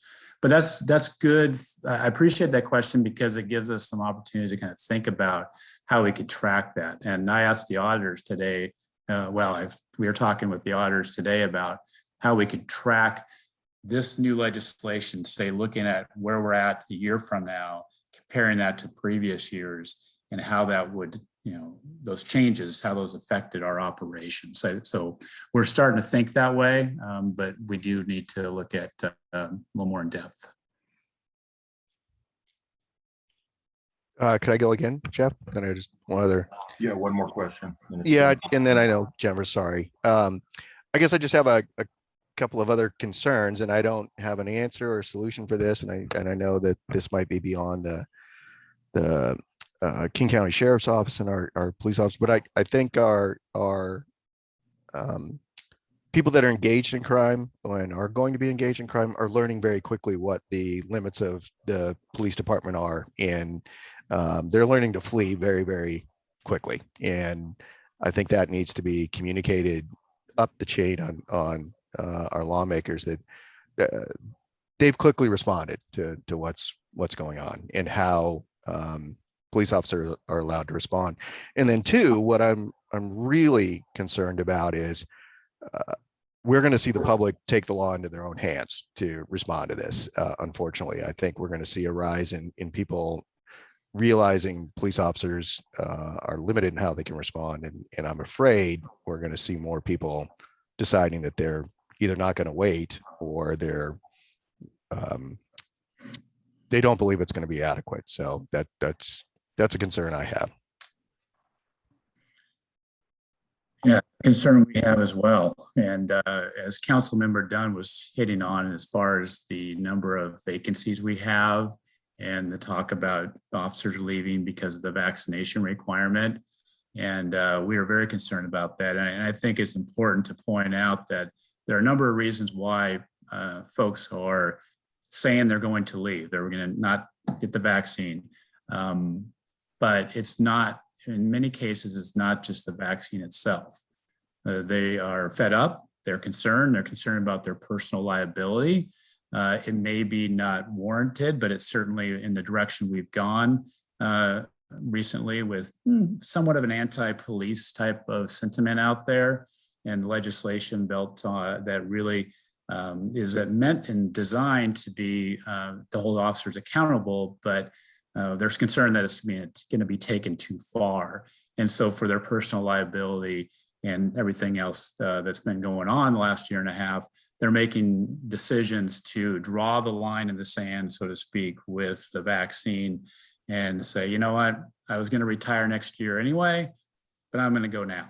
And that's very unfortunate. When he mentioned in his slide presentation, 54 vacancies, it's, you know, he's getting that information pretty close to real time. I think it was 56 the other day, but that's a very high number for us. That doesn't account for people who are out on military leave, who are injured, the non-deployable folks.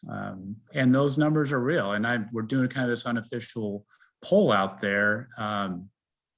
And Regan hit on this as well, that number 3 came up to us as well. We don't know exactly what that's going to mean, but anyway, there's a lot of things going on right now that are making officers make that decision to move on to a different career or move out of state or do something different than what they're doing now out of fear for their livelihood and, you know, reputation, family security, et cetera.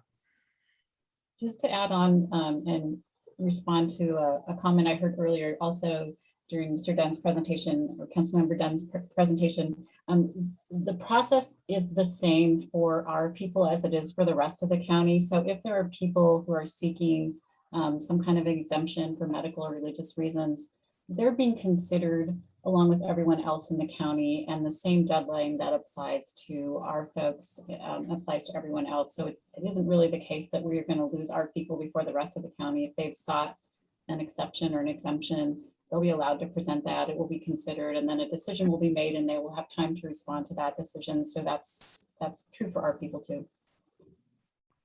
Thank you. Jennifer. Yes, hi, thank you. That was a very informative presentation. My question's kind of related to what Sean was asking about in his first question. Do you have, as officers, the opportunity to provide collaborative feedback to legislators, such as information, you know, that Sean was talking about? And if so, what does that look like? How often is that opportunity provided? I'm curious about ways to move forward and to improve the current situation. You want to talk about WASPIC or? Yeah, I mean, there certainly are informal discussions happening all the time right now with legislators, and I've been working with the Washington Association of Sheriffs and Police Chiefs on them seeking clarity as an agent for police agencies all over the state. They've raised some important questions, and in fact, I think really it started with them. One of the legislators who is largely responsible for drafting a lot of this legislation has now presented a request to the Attorney General to answer some questions, and they go to the issues that we've been discussing with you tonight.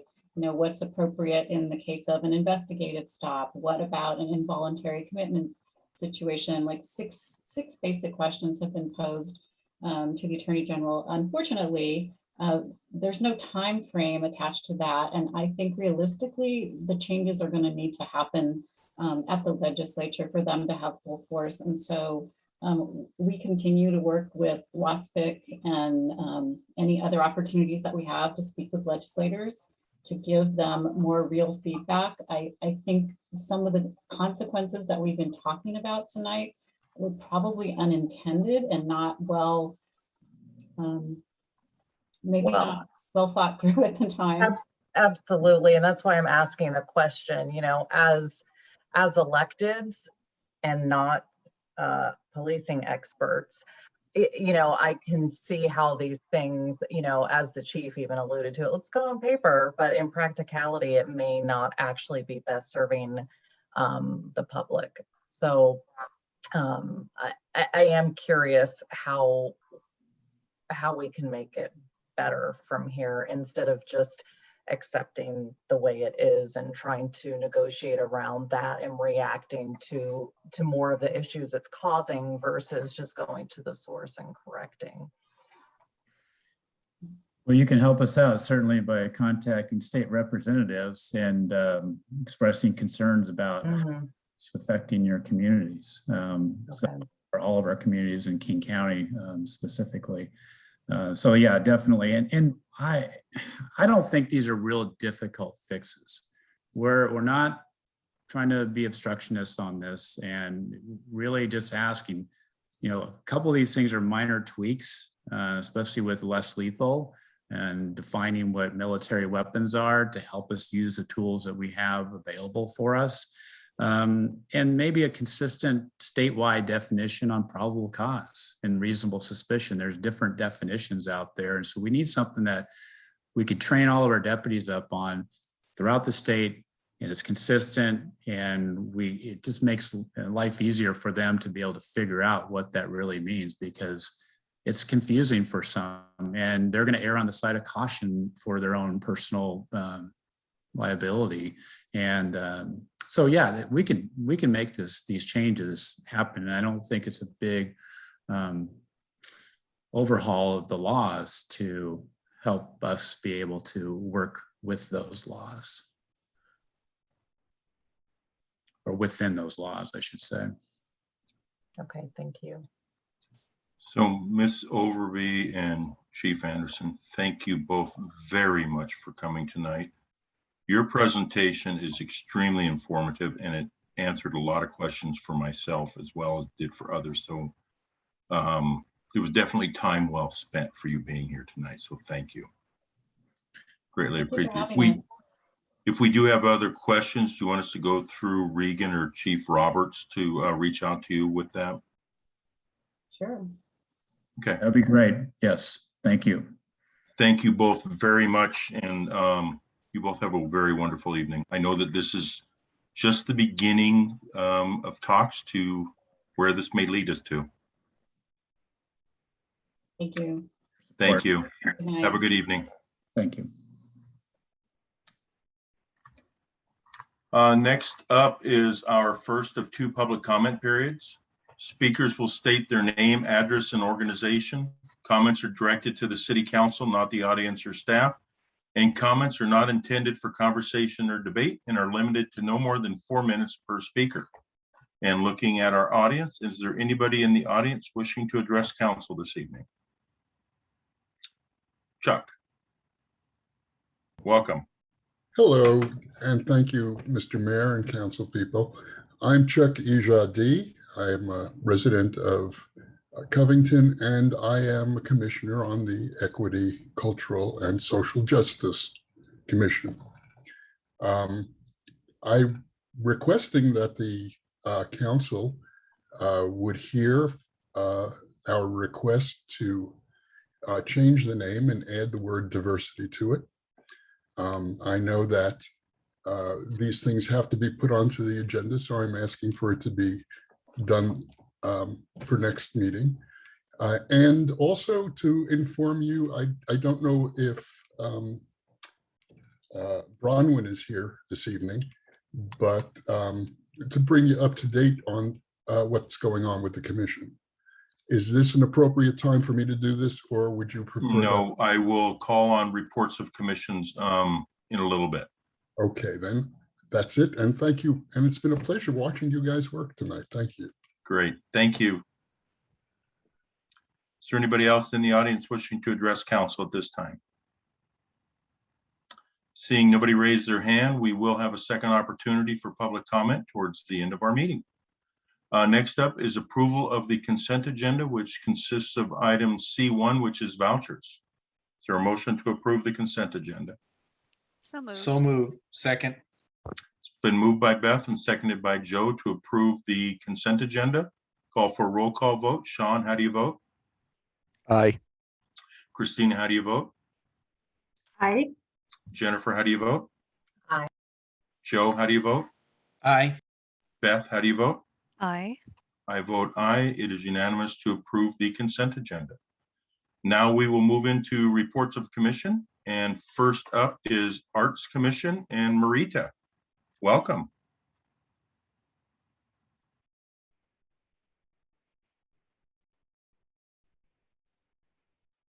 Welcome, Marita.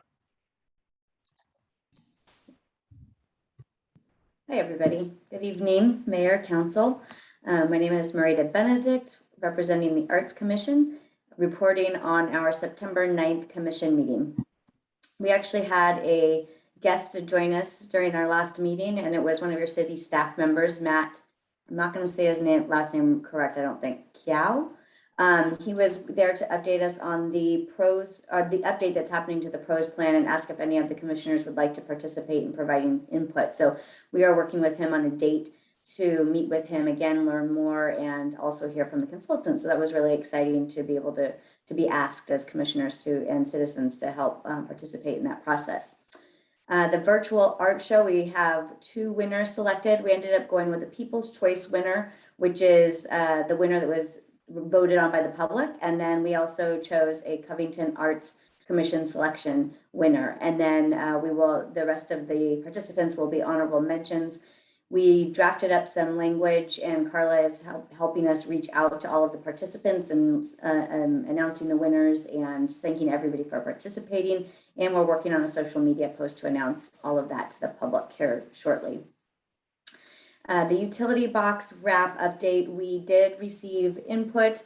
I think I've said in past meetings that we were partnering with the Equity, Cultural and Social Justice Commission to help us craft the language for the theme of the art for this second utility box wrap call. And we did receive their input. We took it, and Jenny, one of our commissioners, drafted up the language with their input. And that is now circulating around our commission. And so we should be able to wrap up this call and have it ready to disseminate out to the artist community here soon. So it's really exciting. We are currently working on a work plan, which I think I've mentioned in the past, but that's in the works now. It's going to be similar to the Parks and Rec work plan, but we're obviously making an arts version of that. So that's in the works. And we're also in the middle of planning our a working retreat. That's looking to get scheduled probably in late January, early February of next year. And then that will help us plan out what our priorities are for the coming year. We are also looking at some of our existing art, particularly the seahorse, as well as it's come to our attention that we think the skate park probably needs some maintenance. So we're working on reaching out to the artist who did the skate park, and then I still need to go drive by the seahorse and do a little assessment and see if anything needs to be done or if it's in pretty good shape. And I believe those are our current efforts. So does anybody have any questions? Anybody have any questions for Marita? All right, Marita, thank you very much, and pass on our thanks to everybody on the Arts Commission for all that you do. Thank you for a very good report. Thank you. Thank you. Have a great evening. You too. Next is Economic Development Council. I don't see anybody from CEDAS online.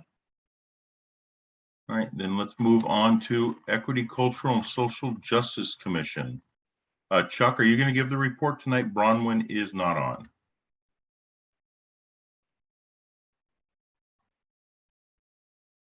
Welcome back, Chuck. Did you want to give the report on the committee? Yes, I will. I'm just trying to figure out how to get myself on. There we go. And I'm sorry for the lighting. You're good. Just to bring, I apologize because I really did not think that Bronwyn, I apologize that Bronwyn did not show up and I really did not prepare. But to bring you up to date, we have, as I said before, decided to add diversity because after our meeting with Carla, getting our name and recognition of the commission is of one of the paramount things that we're doing. We have also adopted part of the universal definition of human rights, a document which I will be sharing with you in the future. And Article 1 is now part of our recitation at the beginning of each of our meetings. It's a wonderful document that was ratified by 128 countries. It is quite honestly a wonderful base for a constitution. I'd love for the city to look at that and consider, making that part of the city's credo, so to speak. We have reached out to Reagan, and he has reached out to us to actually help us get our act together. And watching you guys tonight, I see how much work we need to do. As well as the fact, we're working on the survey, and we've basically written it, and we've met with City Council to find out what we need to do and what hoops we need to jump through so that we can actually get the survey out there. The survey is designed to get a feel for the demographics that we need to service. Also, in discussion with Carla, I know she has now started the new newsletter, and she has reached out to us to prepare an article for her. So you will all be hearing from members of our committee. We want to know what prompted, we want to do an article that talks about why the city did what it did in terms of creating the commission, what you want to see out of it, and what your aspirations are. And I thank you very, very much for your time. Chuck, thank you for coming tonight and giving an update on what the commission is doing. And please pass on our thanks to each of the commission members for all that you're doing. And we look forward to hearing more on the topics that you brought up tonight. Thank you very much. And Carla, please put us on the agenda then. Okay. Thank you, sir. You have a great evening. You too. Next is Human Services. Krista sent out a written report of an update of what is going on in the Human Services Commission, so you can read that later instead of a verbal update. And next is Parks and Recreation Commission, Laura Morrissey.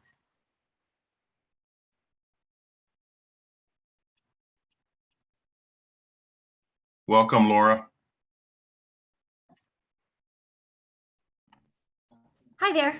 Just takes a second to get everything uploaded. I will keep this report very short, very sweet. We're looking forward to a joint meeting with you guys next month. And so I'll give you more details about the things that are going on. But on our last meeting, we heard the update from the Recreation and Cultural Arts Division. So that would be the classes, the activities that we were able to have this summer, mostly the movie nights from Pat, Jackie, and the team. And we also did some planning for the joint meeting with you guys, and you'll see the results of that sometime next month. So we meet again in October. We'll continue to refine our plans for the meeting. We hear some more updates, I believe, in regards to maintenance for the park. Those are the next things on our agenda, and we're looking forward to chatting with you in October. That's it. Thank you. Thank you, Laura. Does anybody have any questions for Laura? All right. Well, thank you, Laura, and please pass on our thanks to each of the members of the commission. Okay, for sure. Have a great evening, Laura. Thank you. Thank you. Next is Planning Commission. I don't see anybody from the Planning Commission in the audience. We do have Darren Groth. I'm not sure if he'll be speaking to that, but I can promote him if you'd like. Darren, we can ask Darren if he's speaking to that. We'll allow him to speak. Darren, are you here to give us an update on planning, or you're just enjoying our company tonight? I am enjoying the company, Mayor, members of council. I appreciate you having me. We've actually canceled a couple meetings as you guys are still looking for a director. So I don't know that there is much to report for the Planning Commission. Great. Thanks, Darren. We appreciate it. And thank you for being here tonight. Yeah, thank you, sir. And Youth Council, we do not have an update from the Youth Council. So that brings us into new business tonight. And first item on the agenda is to consider appointments to our youth council. And does council wish to take action tonight? I would like to move to appoint Freddie Castillo Gonzalez to youth council and Position 6. specific position. Oh, gosh. Position 6. Is that does that expire next summer? Yes. Yeah. Thank you. I wrote down when he was graduating, so I would be prepared for this part. So I apologize that then I didn't look at which position. Yes, please. Thank you. Okay. Do we have a second? So moved. Or second, sorry. It's been moved by Jennifer and seconded by Beth to appoint Freddie Castillo Gonzalez to fill position number 6 on the Youth Council with a term expiring June 30th, 2022. Jennifer, would you like to speak to your motion? Yes, Freddie had a lot of great answers to our questions. He's interested in developing more leadership skills, public speaking, communication skills, personal growth. He'd like to inform youth in our community of the ways that they can get involved to help their community by making it more accessible, providing maybe teen advisors. He had great ideas. Even 10 years in the future, having a migrant resource center. I think he would be a great addition to the team. He's got lots of great ideas, and he would be a wonderful addition. Thanks, Jennifer. Beth, would you like to speak to your second? Yeah, everything what Jennifer said, but also I liked talking about trying to make the process less intimidating and more inviting for youth to get involved in the process. He spoke like he was almost applying for the Equity Cultural Justice Commission. So he could probably wear either hat, but I think it's great to have somebody with that insight on the Youth Commission as well. So. Great, thank you, Beth. Anybody else wishing to speak for or against the motion? Seeing nobody raise their hand, it's been moved and seconded to appoint Freddie Castillo Gonzalez to fill position number 6 on the Youth Council with a term expiring June 30th, 2022. I'll call for a roll call vote. Sean, how do you vote? Aye. Christina, how do you vote? Aye. Jennifer, how do you vote? Aye. Joe, how do you vote? Aye. Beth, how do you vote? Aye.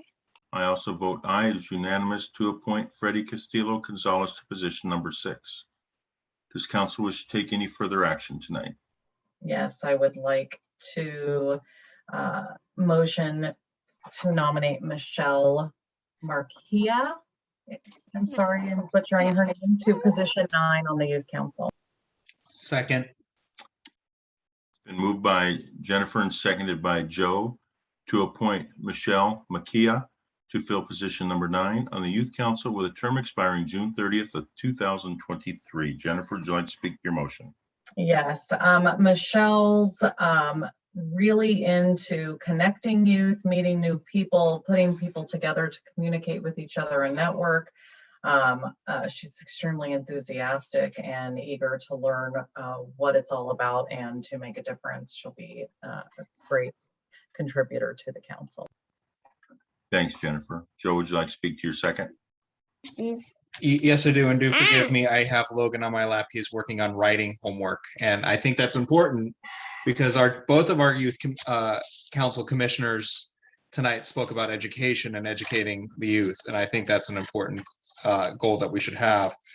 But I also like what Michelle said about working on communicating with the youth and networking with the youth, because those networks are what build on for your future. And I think that's something that we can help grow with this council and with these two commissioners. So I fully support Michelle. Thank you, Joe. Anybody else wishing to speak for or against the motion? Yeah, Mr. Mayor, Yes, I'd just Sean. like to speak in favor of Michelle's appointment. I thought, she went through the questions. She had, responses, great responses and all that. But I really thought her follow-up questions were outstanding. I mean, it showed that she'd really thought about the position and considered what we're looking for and asked some very thoughtful, poignant questions. So that alone, I'm I'm excited to see what she does on the council. Thanks, Sean. Anybody else wishing to speak for or against the motion? All right, it's been moved and seconded to appoint Michelle Makia to fill position number 9 on the Youth Council with a term expiring June 30th, 2023. Call for a roll call vote. Sean, how do you vote? Aye. Christina, how do you vote? Aye. Jennifer, how do you vote? Aye. Joe, how do you vote? Aye. Beth, how do you vote? Aye. I vote aye, is unanimous to appoint Michelle Makia to fill position number 9 on the Youth Council. Thank you all very much. Next up is new business item number 2 is to consider an ordinance adding a new chapter 3.90 to the Covington Municipal Code establishing a leasehold excise tax. Casey. Thank you, Mayor, Council. I apologize. I have my connection's a little glitchy, so I've turned off my video. Hopefully that'll help. But so before you is an ordinance considering establishing a leasehold excise tax, and just a little background of kind of where this came from. A couple of different places when we were researching what kind of revenue options we still had available to us. This was one that kind of popped up, as well as one of my staff members had attended a taxation webinar, and we realized this was out there for our benefit. So we wanted to put it before you guys. So what this is the leasehold excise taxes is a collection that's done on publicly owned property to private parties. So what it's designed to do is to compensate governmental agencies for providing services to parties that are not obligated to pay property taxes. So let's say, for instance, the city had a piece of property and it was leasing it to a private individual. That private individual would have to pay this leasehold excise tax because they are eligible to pay property taxes. Whereas normally for us, we don't pay property taxes on that property. So the current tax rate is 12.84%. And of the total tax rate, 6.84% is retained by the state of Washington. And currently, the King County is receiving the remainder of that, the 6%. So counties and cities can levy up to a combined 6%. And any levy by a city is credited against the amount that's levied by the county, meaning that both the county and the city can only go up to that 6%. So cities can levy up to 4%, which, like I said, gets credited against the county, and then the county gets the remaining 2%. So this wouldn't be an increase in taxes at all for anybody within our city limits. It would really just be us getting to capture back some of those taxes that are currently going to King County, and it would be back in our pockets. So the other thing that we don't really know is exactly what type of revenue this would bring in. Those are confidential records that the Department of Revenue won't give to us. But since I wrote this, we did have to find a couple of things that we just got a ruling on from the Department of Revenue that would be eligible for us specifically. We have right-of-way use permits, and any right-of-way use permit that's over 30 days is considered a lease of public property. And our citizens that pull that, or mostly it's companies, Puget Sound Energies, Verizon's, that type of thing, that pull those right-of-way use permits, they would have to pay that leasehold excise tax on that. And the city would get a whopping $1.11 back from the state. But dang it, we would get it and the county wouldn't. So I was pretty excited about it. So really, this isn't, it's not an increase, like I said, to anybody whatsoever. If you're currently paying this leasehold excise tax, you're going to continue paying the same exact dollar amount. It's just now the city's going to get a portion of that, and it's not going to go to the county.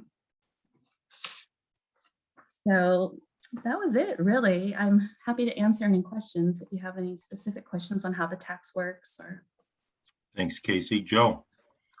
So moved. Second.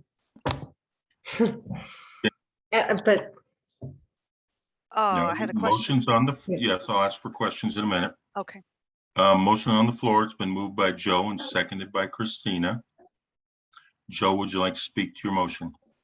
We are not raising taxes. This is money already being collected. This is just us telling King County, you don't get all of the pie anymore. We get our portion of the pie now. And granted, it's from what Casey's telling us, it might be just $1, but you know, we can go get a candy bar with that $1 and be happy. So This is us finding ways to make sure that we're taking care of our city, our residents, and ensuring that the money stays in the city. Thank you, Joe. Christina, would you like to speak to your second?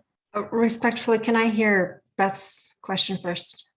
The motion's on the floor, so did you want to speak to your? Yes, absolutely. I will speak to my motion. I think it's a responsible step for the city to take at the rate that our city is developing. In the coming years, we're not exactly sure what's going to go up. So I do think it is a household item that is smart of us to take. Thank you. Thanks, Christina. Beth, your question? Yeah, I mean, just to be clear, there is only like right-of-way permitting, right? It's not tax on the assessment. I guess I'm a little bit confused because No. I thought it was actually on the value of the property, not the. For us, it would be on the actual permit dollar amount. So our right-of-way use permits are about $443, $473, excuse me, but there's some of it that's not taxable. So for us, it just works out to be a little bit, but really what this is it applies to all publicly owned property in Covington that's leased to private parties. So let's say the state of Washington, the counties, school districts, fire districts, if anybody owned a piece of property within our city limits and was leasing it to a private individual, because the city, let's say, owned that piece of property and we're exempt from property taxes, the person we're leasing it to would already have to pay that leasehold excise tax.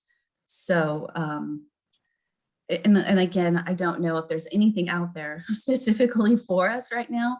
I know that it's just a little bit that we would get back from things that we currently have kind of under our umbrella at the city. Oh, okay, and I think I can ask questions later. That sounds fine. Thanks. Appreciate that. Okay. Is there anybody else wishing to speak for or against the motion? All right, it's been moved and seconded to approve an ordinance establishing a leasehold excise tax and authorizing the city manager to contract with the Washington State Department of Revenue for the administration and collection of the tax. Call for a roll call vote. Sean, how do you vote? Aye. Christina, how do you vote? Aye. Jennifer, how do you vote? Aye. Beth, how do you vote? Aye. Joe, how do you vote? Aye. I vote aye. Is unanimous to approve the ordinance establishing a leasehold excise tax. Thank you all very much. Next is new business item number 3 is to consider a resolution to ratify the Water Resource Inventory Area 9, known as RIRA 9 Salmon Habitat Plan 2021 update. And with us tonight, where'd he go? Is Matt? There he is. Welcome, Matt. Thank you for joining us tonight. Are you giving the update or who's giving the update on this? I am. Thank you. Great. Welcome. Sorry about that. No, you're good. Sorry for a long meeting tonight, but thank you for sticking with us. No problem. Let me just see if I can share my screen here and I can get started. Can everyone see that okay? Yes. All right. Well, good evening, Mayor, members of council. Thank you for the opportunity to speak to you today about salmon recovery efforts in the Green Duwamish and Central Puget Sound watershed, including our recent salmon habitat plan update. My name is Matt Goring. I'm the salmon recovery manager for RIRA 9. So how did we get here? So Puget Sound Chinook have experienced a sustained decline over the last 150 years. The decline culminated with the listing of Puget Sound Chinook in 1999 under the Endangered Species Act. In response to this listing, the state created a structure for local watershed-based organizations to provide the backbone for salmon recovery efforts across the state. These organizations, such as RIRA 9, help bring together diverse interests to support local salmon recovery. In 2001, the 17 local governments in our watershed came together and signed an interlocal agreement to support salmon recovery. The ILA recognized that salmon recovery ultimately depended on a collective commitment across the watershed. In support of this, RIRA 9 developed the original 2005 salmon recovery plan that ultimately became a chapter of the regional Puget Sound recovery plan in 2007. This plan has served as the blueprint for salmon recovery in our watershed for the last 15 years. And the supporting ILA has been renewed twice and is currently extends through 2025. So it's no surprise to any of you that Ryanine is a diverse landscape. The watershed spans about 575 square miles, ranging from the industrial Duwamish River all the way to the forested headwaters along the crest of the Cascades. The watershed-based approach that the RIA uses really allows us to take a holistic view in identifying limiting factors and prioritizing those projects which are expected to provide the biggest lift to salmon recovery. In support of this effort, RIA-9 staffs a watershed ecosystem forum, which oversees the work program and has decision-making authority related to funding recommendations and planning initiatives. This forum includes representation from across the watershed, including our local government partners.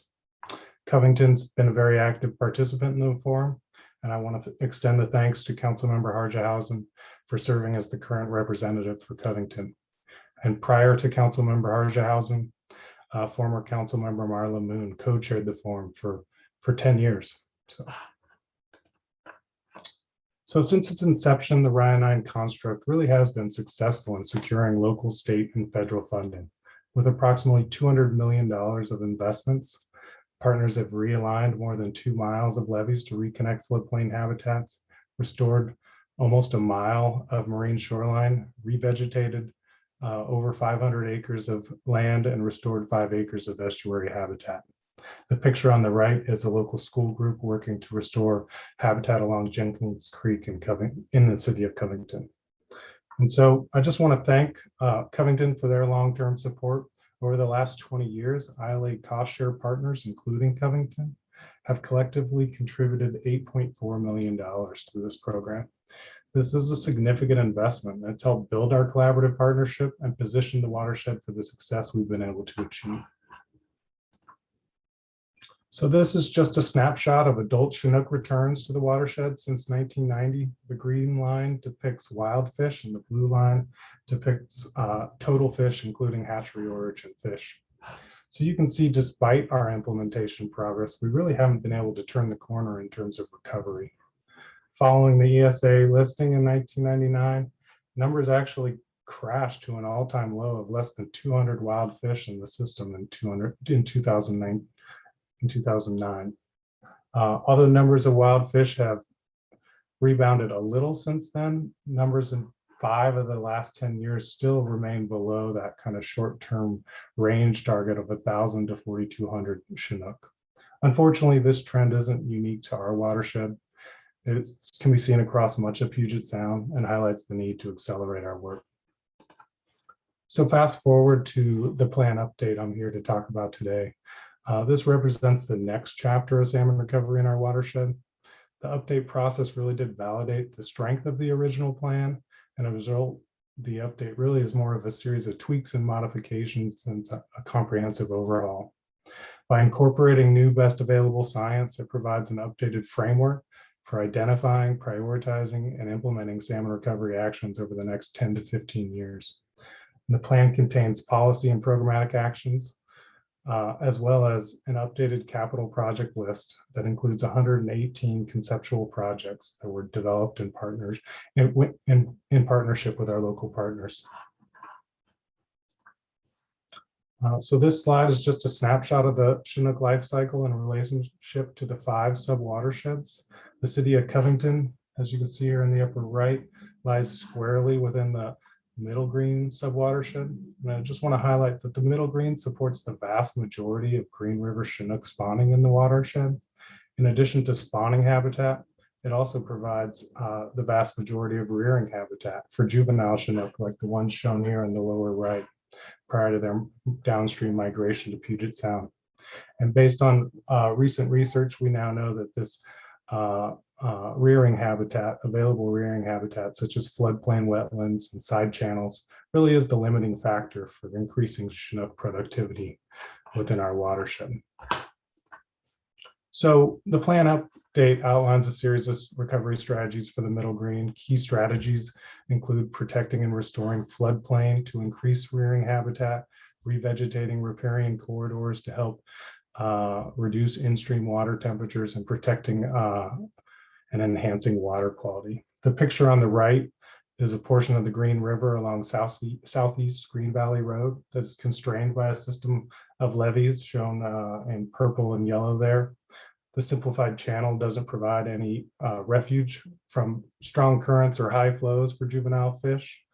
By working in areas like this to set back those levees, pull them back away from the river, we create an opportunity to restore a more natural setting like the image in the upper right that provides increased habitat for juvenile fish when they're most vulnerable.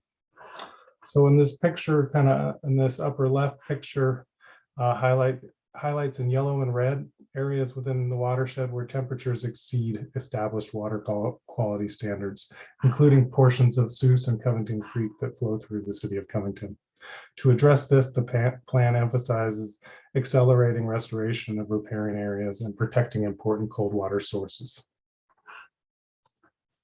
So just a quick overview of conceptual habitat projects for the Middle Green.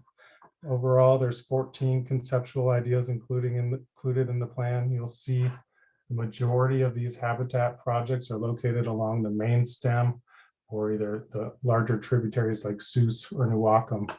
And this is essentially where the vast majority of the Chinook reside. So I did want to highlight one specific project, and that's the Little Seuss Creek project that's located in the Wingfield neighborhood of Covington. This section of stream is Chinook, coho, salmon, as well as steelhead have swam within this creek. The project shown here is actually located on city-owned open space and includes about 900 feet of the creek, as well as 4 acres of adjacent floodplain habitat. The conceptual idea really is to enhance floodplain connectivity on this site, potentially create a side channel to support increased rearing habitat and revegetating some of the riparian area. Again, I just highlight that this is a conceptual idea at this point, and community outreach as well as a feasibility study would be necessary to inform potential design alternatives before it would move forward.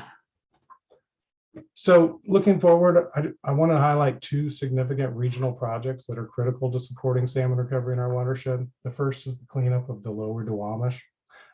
Cleaning up the contaminants, including PCB levels, will be critical to reducing levels of these contaminants found within juvenile Chinook that are impacting overall juvenile survival. The other project of regional significance is downstream fish passage at Howard Hanson Dam.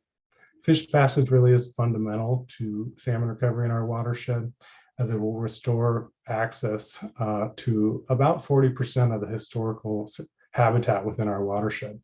And in 2019, the National Marine Fisheries Service released a biological opinion, essentially stating that operation of the dam without fish passage jeopardizes not only the long-term survival of Chinook, but southern resident orca whales as well. So moving forward, RIA9 really is committed to working with all of our partners, including Covington, to support implementation. RIA9 develops an annual funding package to fund high priority projects. The package is presented annually to the Watershed Ecosystem Forum at our May quarterly meeting. And our primary funding sources for this are cooperative watershed management funds from the King County Flood Control District, as well as state salmon recovery funds. And RIA9 staff coordinates with all of our partners to maintain a 6-year project implementation plan to help schedule out those investments. So fast forward to today, the Watershed Ecosystem Forum unanimously approved this plan back in February. The final step in the update is local government ratification. Ratification acknowledges that all of our local government partners support the plan and are committed to working collaboratively to support implementation.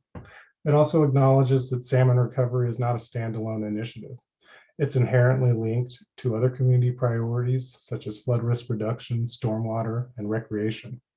And finally, it recognizes that the plan is an important source of best available science that can and should help inform local action. So with that, before I open it up to any questions, I just want to acknowledge the rest of the RIA9 team. Although we are housed at King County, we really are the collective staff of the Ryan 9 Watershed Ecosystem Forum. As such, I want to emphasize that we stand ready to support the city of Covington in advancing salmon recovery. And please don't hesitate to contact us if we can be of any assistance. So with that, thank you. Matt, thank you very much. Does council have any questions tonight? Please raise your hand. Sean. I was going to say, of course I do, Mr. Mayor. Matt, I appreciate the presentation. That's great. And I just had a couple of questions. First off, and I think you may have said it, but what is considered recovery in the Ryan 9 ecosystem? Yeah, so we have a variety of goals related to a variety of habitat metrics to kind of trace progress, but overall goals were set by NOAA Fisheries, and that's that short-term range of like 10-20 years. We're looking at 1,000 to 4,200 Chinook, and that range really is because there are some factors out of our control, like marine survival. So good years, you're expecting hopefully at the higher range. But the long-term number put out by NOAA is actually 27,000 Chinook salmon. And historically, we were looking at hundreds of thousands of fish that would come out. No, it was, they don't have really great numbers, but somewhere around, 35, 40 thousand Chinook. Okay. So just my 2 cents, I think 4,000 should be doable. But what is Ryan 9? What is, so we saw that crash in 2009. Do you have any suspects in mind? And then I had a question about, is another potential threat on your radar, but what do you think was going on in 2009? Yeah, there's been a lot of debate around that. Was it a period of high flows just at the kind of critical rearing period in terms of, scouring reds that likely contributed somewhat, but you also saw that crash in hatchery fish. So that wouldn't have impacted the hatchery fish. So ultimately it probably comes down to a marine survival issue. And there's a lot of regional interest and research going on into marine survival right now. And it's a tough nut to crack, but that certainly played a role in that crash of that year. Okay. And then I would just encourage Ryan 9 and the others to be thinking about, and I'm sure you're already aware of it, the chemical 6-PPD, which actually comes off tires and is deadly to fish in storm events. So I think the Department of Ecology might be starting to look at that as well, but just something to be aware of. And then finally, and then I'll be quiet. We have a number of places where there's potential. We're building overpasses and new bridges and putting in new, taking out old culverts where it's appropriate. And I did talk to Dawn about this at 148, where the Seuss Creek goes through, putting in interpretive signs to talk about these streams being habitat for not only fish, but other wildlife. Lake Point, our new development going up north of here, might be opportunities for interpretive signs there too. And then if this Wingfield project goes forward, I definitely could see us having interpretive signs there. So it's just something to put on your radar about spreading the word on these recoveries. No, that's a great point, and actually we're looking into right now doing an interpretive signage plan for the watershed, because you're right, there definitely is a gap in our signage and an opportunity for increased awareness at a number of sites, not only in Covington but across the watershed. That's it. Yeah. Thank you, Sean. Beth. Yeah, just a really quick question. What are there any plans for the immediate future for trying to influence policy that would help with, we're talking about the water temperatures going up, and a lot of that is attributed to either, trees coming down and other sort of, now the waters are exposed and they're not being shaded properly. And I heard something like that from an article with the Nisqually tribe. And are there any actions to help any movements on the forefront to help with that and help cities when they're adopting tree policy? Yeah, In so the environment, especially since we're right in the middle of the prime spawning area. actually somewhat encouraging is the Department of Ecology has been sitting on a temperature TMDL effort for Seuss Creek. And they actually are talking about relaunching that effort, which would help kind of provide the direction and range of actions, as well as kind of the magnitude needed in terms of addressing it within the Seuss drainage. So I think that would have a lot of potential benefits. And we've actually invited Ecology to present to our technical committee on that next month. So hopefully we'll have some more information there.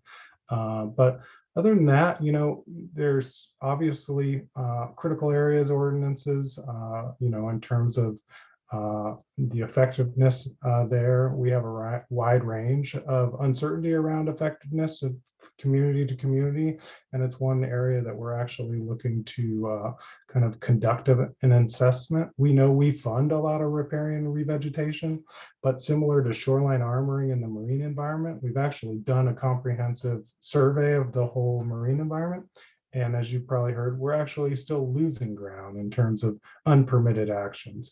And so we're looking to get a better handle on that with respect to riparian areas. So hopefully we'll be able to have some more data here in the next year or two on that. Great, thank you. I appreciate the collaborativeness of this because like was mentioned before, if one city's doing one thing and another city's doing something else and they're not meshing up, the chain of travel is not happening. And so thanks for the explanation. All right. Thanks, Beth. Thank you, Matt. I don't see anybody else raising their hand. So Matt, thank you for a very good presentation and update on this tonight. And thank you Council, for the opportunity. You bet. Council, before us tonight is the possibility to adopt a resolution to ratify the Water Resource Inventory Area 9 Salmon Habitat Plan 2021 update. Does council wish to take action tonight? So moved. Second. It's been moved by Jennifer and seconded by Beth to adopt a resolution to ratify the RIRA 9 Salmon Habitat Plan 2021 update. Jennifer, would you like to speak to your motion? Yes, it's important to be a part of this collaborative effort to help repair some of the damage done, in the past couple of centuries of development when we didn't know better. Now we know better, and we know the significance of salmon to our ecosystem. And this is just a great opportunity to continue the momentum. It's getting late. Thanks, Jennifer. Beth, would you like to speak to your second? I think I already made a comment earlier, and I'll just echo with what Councilmember Harchhausen. Thanks, Beth. Anybody else wishing to speak for or against the motion? All right, I will call for a roll call vote. Sean, how do you vote? Aye. Christina, how do you vote? Aye. Jennifer, how do you vote? Aye. Joe, how do you vote? Aye. Beth, how do you vote? Aye. I also vote aye. It is unanimous to adopt a resolution to ratify the RIRA 9 Salmon Habitat Plan 2021 update. Thank you all very much. And thank you, Matt, for staying late tonight to give us the presentation on this. So thank you. Next up is new business item number 4, discuss Council Rule 8.5 regarding council members attending meetings of city commissions. Regan. Thank you, Mr. Mayor and Council. As you know, you asked staff to bring back at a future agenda an opportunity for you to discuss Council Rule 8.5, which regulates council members' attendance at commission meetings.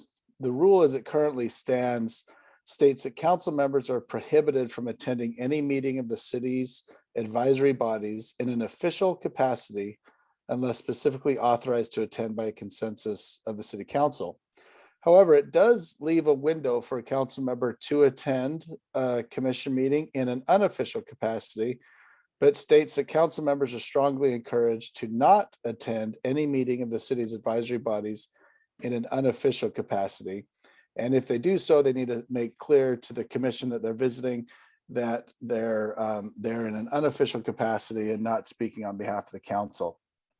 However, if the council wants to attend in an official capacity, this council rule would need to be amended. And we did gather a little bit of information from some other surrounding cities. And I'll share that with you, what they're doing. So in the city of Kent, they do not prohibit council members from attending commission meetings, and in fact have assigned some council members as non-voting members to two of their commissions, their Arts Commission and Human Services Commission. In Newcastle, there is no ban, but also no assignments for council members to attend commissions. It kind of sounds like it's something that just hasn't come up there. In Enumclaw, they said that there's no ban on council members attending, but it's understood that council members don't attend commission meetings. In Tukwila, council members are appointed by the council to attend their Equity Social Justice Commission and the Library Commission, but not the other ones. But there's also no ban that they can't attend those, but there's just assignments to only those two. Maple Valley was a little bit different. Council members are assigned to commissions and boards to serve as liaisons to those commissions and regularly attend those meetings. However, councilors have agreed that if they choose to speak at a meeting, they do so as a resident and not as a councilor expressing the views of the council, which is interesting. So they're assigned to attend, but speak in an unofficial capacity at those meetings. So that's what some of our surrounding cities are doing. And so this is just up for council discussion, and we're happy to help with any questions if we can. Does council have any questions for Regan tonight? Please raise your hand. Beth. Yeah, I think the only question that I have, and maybe, I mean, these are all over the board, it sounds like, from our neighboring cities of what they're doing. So with Maple Valley, I guess the only commission I'm mostly concerned with is the Planning Commission, particularly if it's a meeting where there's a hearing, because it could, muddy things. I'm not sure. I don't necessarily have a problem with one of us showing up as a resident and observing, but does Maple Valley also have a council member or some of these other ones where there's a council member appointed? I guess not Tukwila, but would Maple Valley or Kent? I think you said Kent only had library and another one. Yeah, Kent only has most of the cities that do appoint, which are all of them except Enumclaw and Newcastle, only attend a certain amount of them. None of them Planning Commission. Right. Okay. Anything else, Beth? Okay, Joe. Thank you, Beth. I think it's a good idea for us to kind of to remove this rule and just make it known, though, that we are attending as observers generally, unless we decide to change the rules and appoint a council member to the committees. I would probably refrain from having us appoint a council member as a non-voting member to the Planning Commission.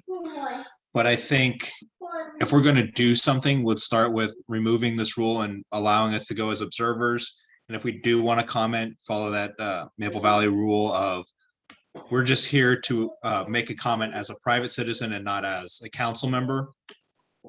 But I also would think it would be something we could talk about as appointing a council member to certain committees or commissions at a later date. But I think to start with, removing this rule would be a good idea. Thank you, Joe. Christina? I think Regan answered the question, but to formulate where I stand, I think it is a good idea as long as the council member is a non-voting liaison.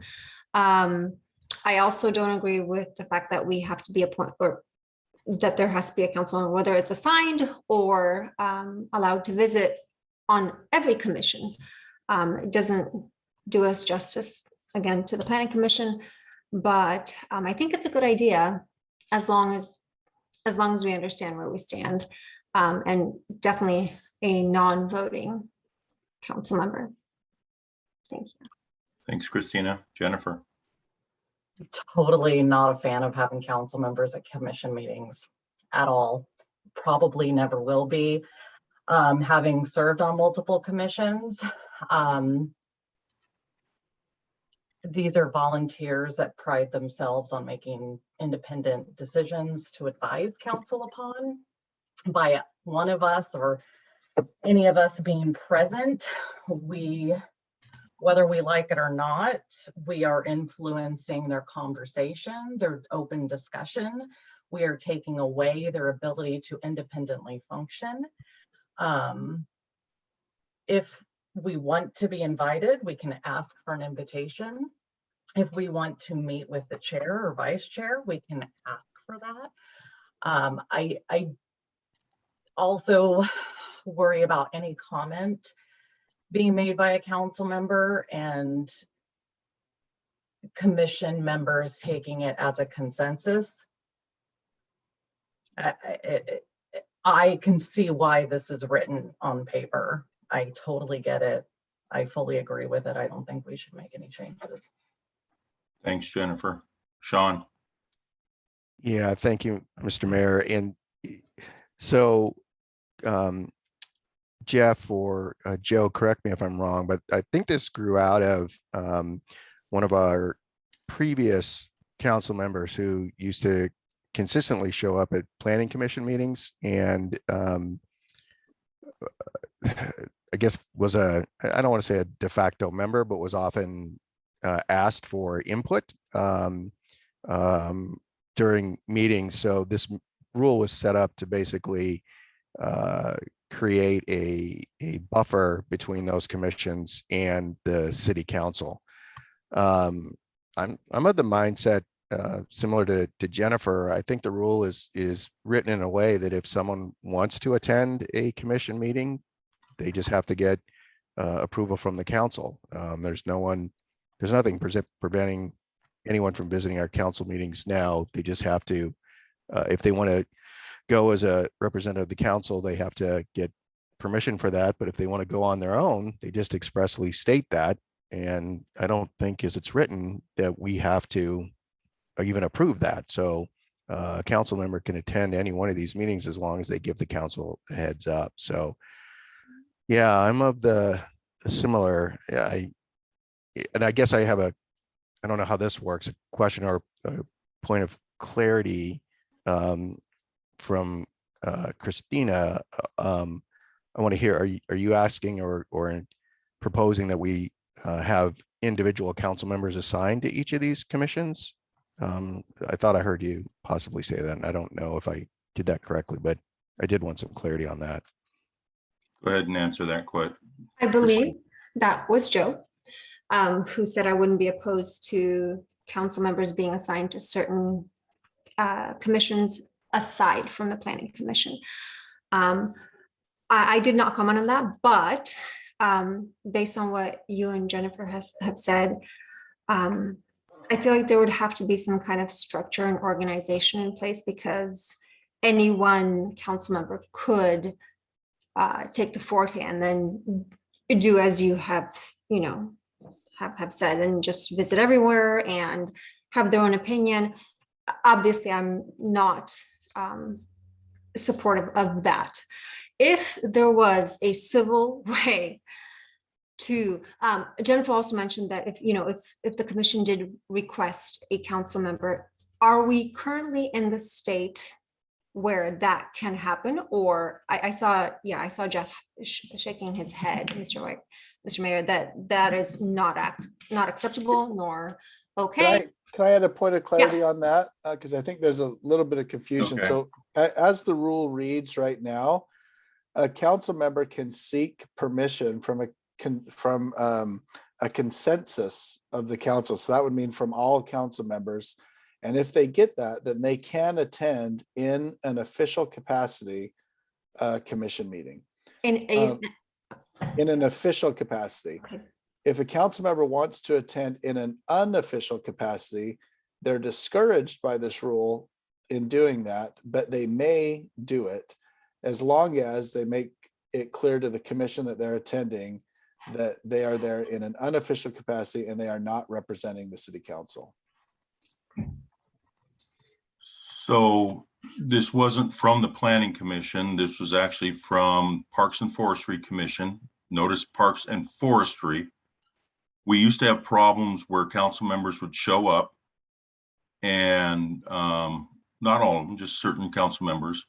And even though they said they were doing it in an unofficial capacity, they would provide input or give council updates, which would sway a vote of that commission.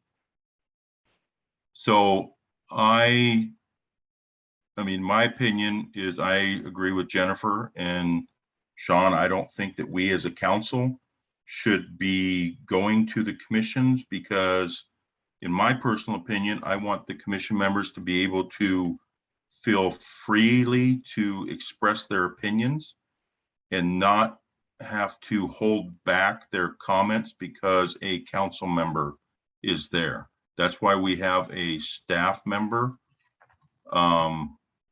present at our commissions to help answer questions. And then that's why we also have joint meetings with our commissions, and why we also have monthly updates from our commissions. But that's my opinion. If the council wishes to change this rule, that's up to them. But in the past, we have had some problems. And Sean, there was problems at the Planning Commission as well. Christina. Sorry. The question sparks because many other cities do this. I'd like to know the structure of how they do it. The last thing I would want would be to take the voice away from a commission where they feel purpose driven, a sense of commitment, and just to be progressive. That's the last thing I would want. However, there are other cities that do this, and if they do it in a successful way, maybe we can, not reinvent the wheel. I'm not bent on this. I just thought it wouldn't be a bad idea, but I could see the potential issues, and as council turns over in the years coming, we don't know where that will go, but I would be curious to see how other cities do it and if it is successful. Thanks, Christina. Beth?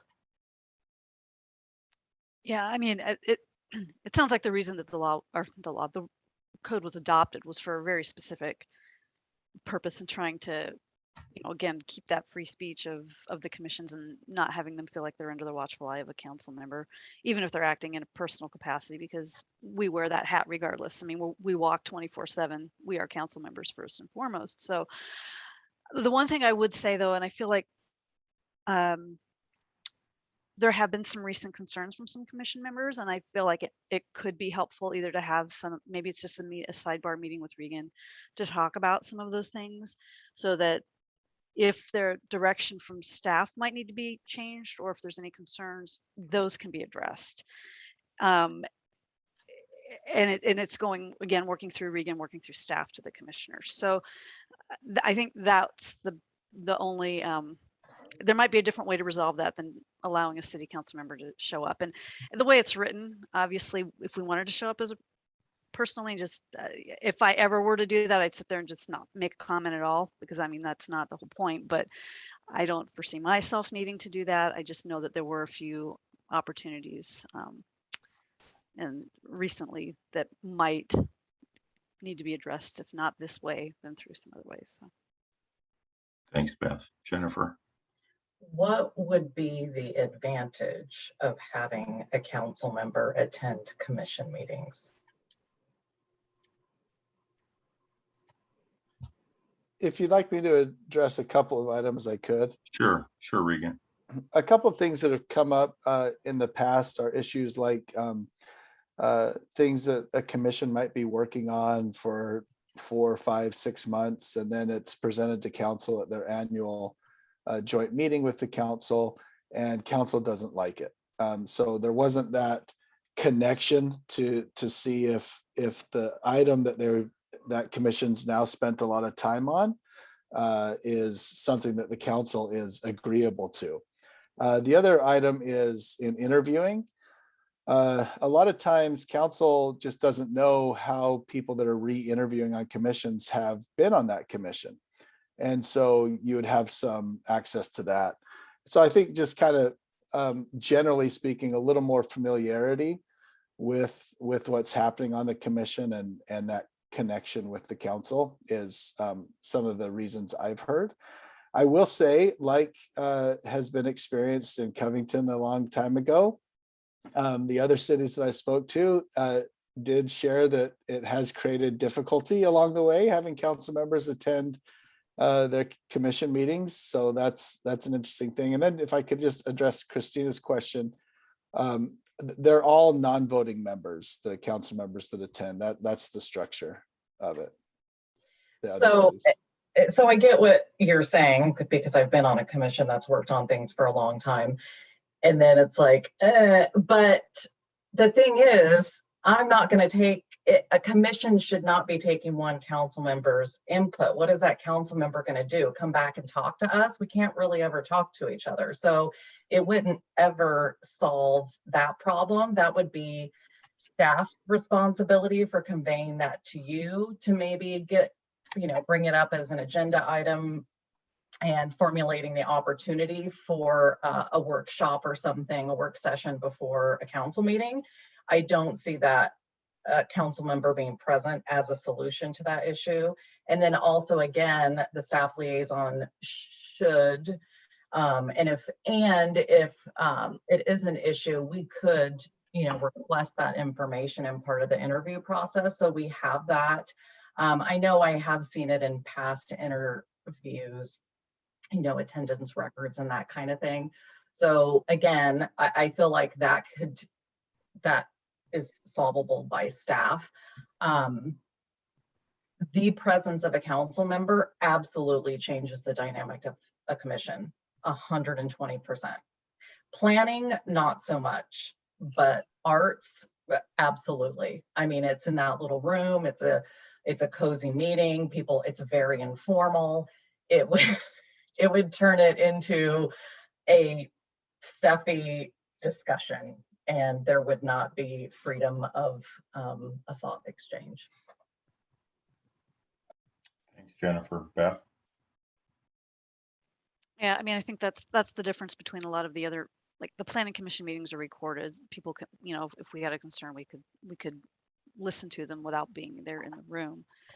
But the other ones are a lot more casual, and I could see where, Jennifer's point of it could quickly parlay into a conversation without realizing that the council member is even saying anything, and they're just acting, just speaking. So I don't know how that exactly would work, but I think maybe part of this could be addressed by having more frequent workshops with the commissions, just so that we're not doing it just once a year. And I think that was brought up in several different interviews. I think, specifically on arts, and I think even a couple of the others that, they like having that interaction besides just doing the casual once a month, 3 or 4 minute spiel to us, and there's not a lot of interaction time. So that might be the solution to something like this, so that we can still maintain some additional connectivity with our with the commissioners and build relationships. Because I mean, honestly, if I trust who's in the room with me, that's not a problem. If I'm not sure, then that's becomes more of concern as a commissioner to be able to freely speak my mind. But thanks, Beth. Sean? Yeah, thank you, Mr. Mayor. I'd like to associate myself with Councilmember Porter's suggestion of more frequent workshops. I think that is something I've heard a number of the commissions say as well, and maybe we try it with a couple of them. If it sounds like in this instance, there is a desire to get more information to the council. Commission members are part of the public. They're free to come to any one of our meetings and speak at the during the public comment period. But if it sounds like there's things like big projects or re-interviewing people, I agree with Jennifer that that's something that should probably come up through staff. And then Regan, you can disseminate that information to us and say, look, they're going to present a big project here. Maybe we need to have a presentation, put them on the agenda to talk about it beforehand. So we get kind of a meeting about it before we get to the big meeting, or have materials to look over before that. And for re-interviewing, I agree with Councilmember Harshausen that, we've gotten attendance reports in the past, if that's something we need to be aware of, and there's personality conflicts or something like that. That's information we need to have brought to us, I think, through staff. So.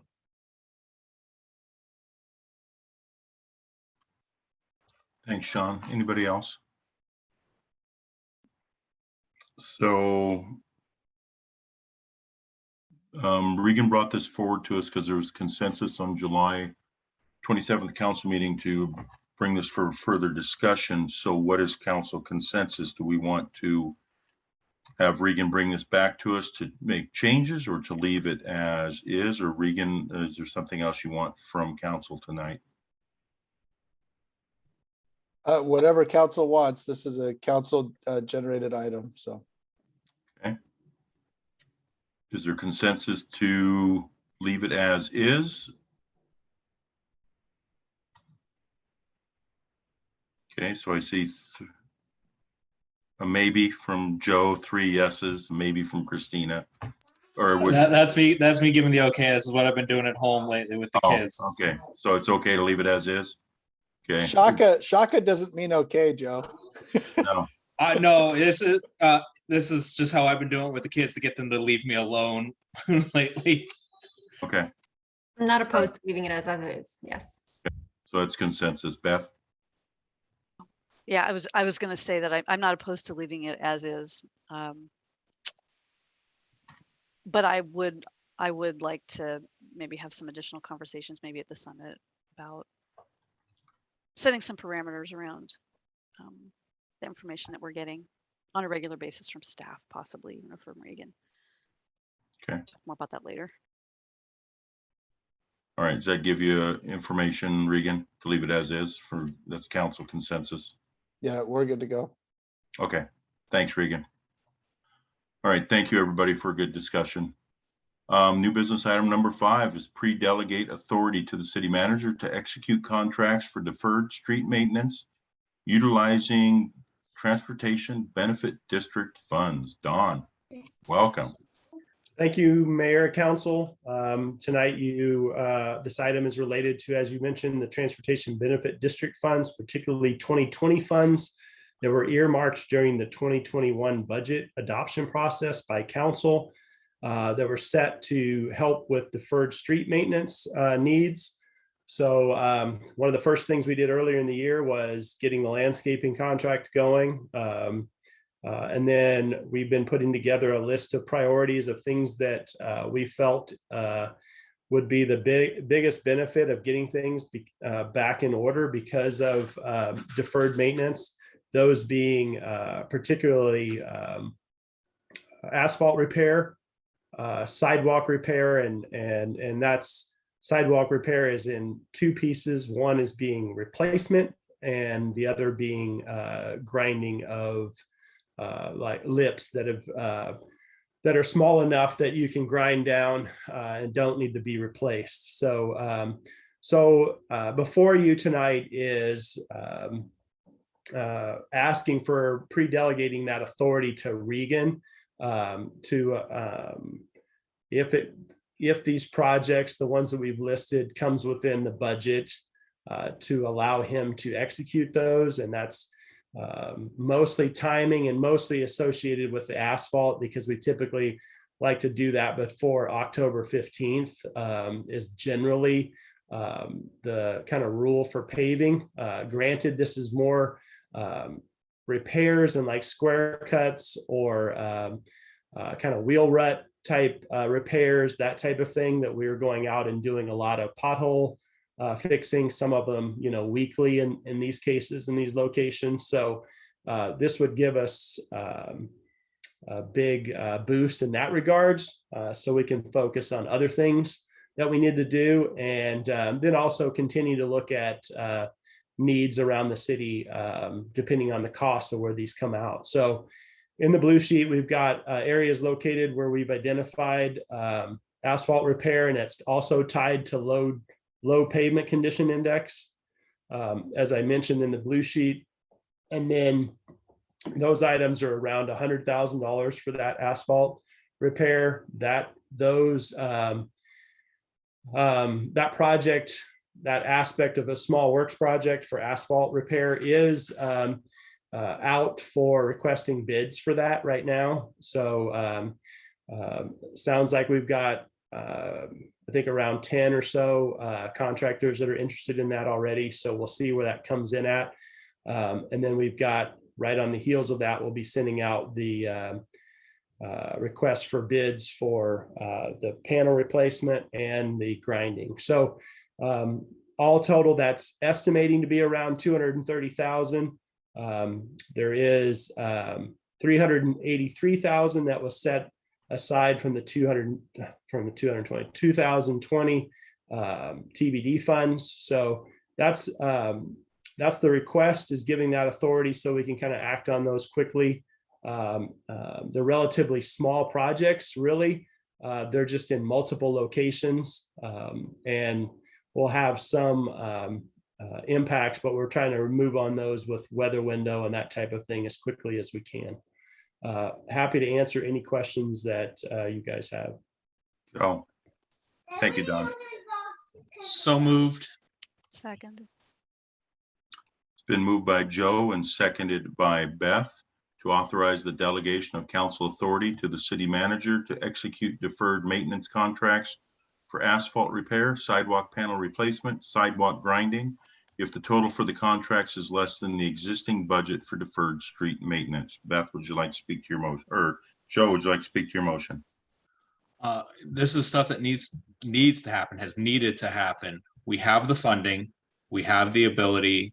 As long as these bids come in under, let's get these done. Let's get this working. Let's make the city more walkable. Thank you, Joe. Beth, would you like to speak to your second?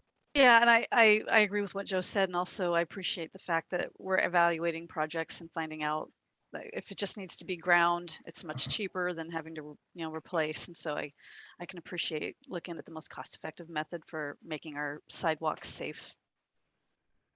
Thanks, Beth. Is there anybody else wishing to speak for or against the motion? Sean. Thank you, Mr. Mayor. I'm going to speak in favor of it. Don, I'm really happy to see the pavement repair, asphalt repair on 256th. I know that that's something that a constituent has asked me repeatedly about when that's going to be repaired. So I know they'll be happy to see that. So yeah, I'm wholeheartedly in favor of this. Thanks, Sean. Anybody else wishing to speak for or against the motion? All right, it's been moved and seconded to authorize the delegation of council authority to the city manager to execute deferred maintenance contracts for asphalt repair, sidewalk panel replacement, and sidewalk grinding if the total for the contracts is less than the existing budget for deferred street maintenance. I'll call for a roll call vote. Sean, how do you vote? Aye. Christina, how do you vote? Aye. Jennifer, how do you vote? Aye. Joe, how do you vote? Aye. Beth, how do you vote? Aye. And I also vote aye. Is unanimous to authorize the delegation of council authority to the city manager.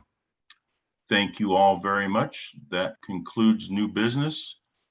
Future agenda items. Looking at our future agenda, does council have, just so you know, that on Friday, October 8th, from 1 to 4 is our vision, mission, and goals workshop, with a continuation on Saturday, October 9th from 9 to 12. And then on October 12th, we have a joint study session with Parks with our council meeting. Does council have anything they'd like to see on a future agenda item in the future?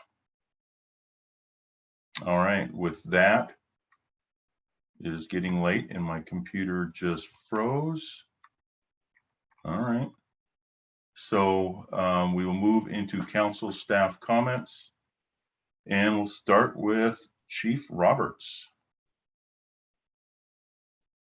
Good evening. I just wanted to say thank you all for listening to the legislative changes information. I think it's really good information to have and be aware of. We have had some interesting calls in the city, but I do have to say that the community has been really flexible and supportive of us and worked through all of that with us, and it's really cool. And I just want to thank the city and the community for supporting us the way that they do. Thanks, Chief. And please, again, thanks Chief Jesse and Aaron for coming tonight and giving the information and the updates. It's greatly appreciated. Absolutely, will do. It'd be nice if we had more of our constituents listening in on that to hear clarity of what's going on. So thank you. Next is Ethan. Hi, Council. Just a quick note, since the council packet went out, we did change the joint study session with Parks and Rec Commission to be on October 26th now. And the joint meeting with the Arts Commission will now be on October 12th. So just an update on that. And then that's it. Thank you. Thanks, Ethan. Don. Nothing tonight. Thank you. Thanks, Don. Is Ryan here tonight? Nope. And then let's move to Casey. Just a quick update on the ARPA funds. We're just beginning to start the public outreach requirement that's part of the federal requirement for the ARPA funds. And I'm working with Carla to create our ARPA webpage that will be on the city webpage, as well as just a little citizen survey to kind of get some input on how they would like to see the funds spent. So those are just a couple of the requirements for those ARPA funds that we're just starting to move forward on now. That's it. Thanks, Casey. Regan. Thank you. Thank you, Mr. Mayor. The last couple of weeks, we've talked a little bit in updates and here at council meetings about the Councilmember Dunn addressed it a little bit tonight about the report that the Executives Committee is putting together right now on the new King County Sheriff's duties and responsibilities, and as putting together the criteria for the hiring of that position.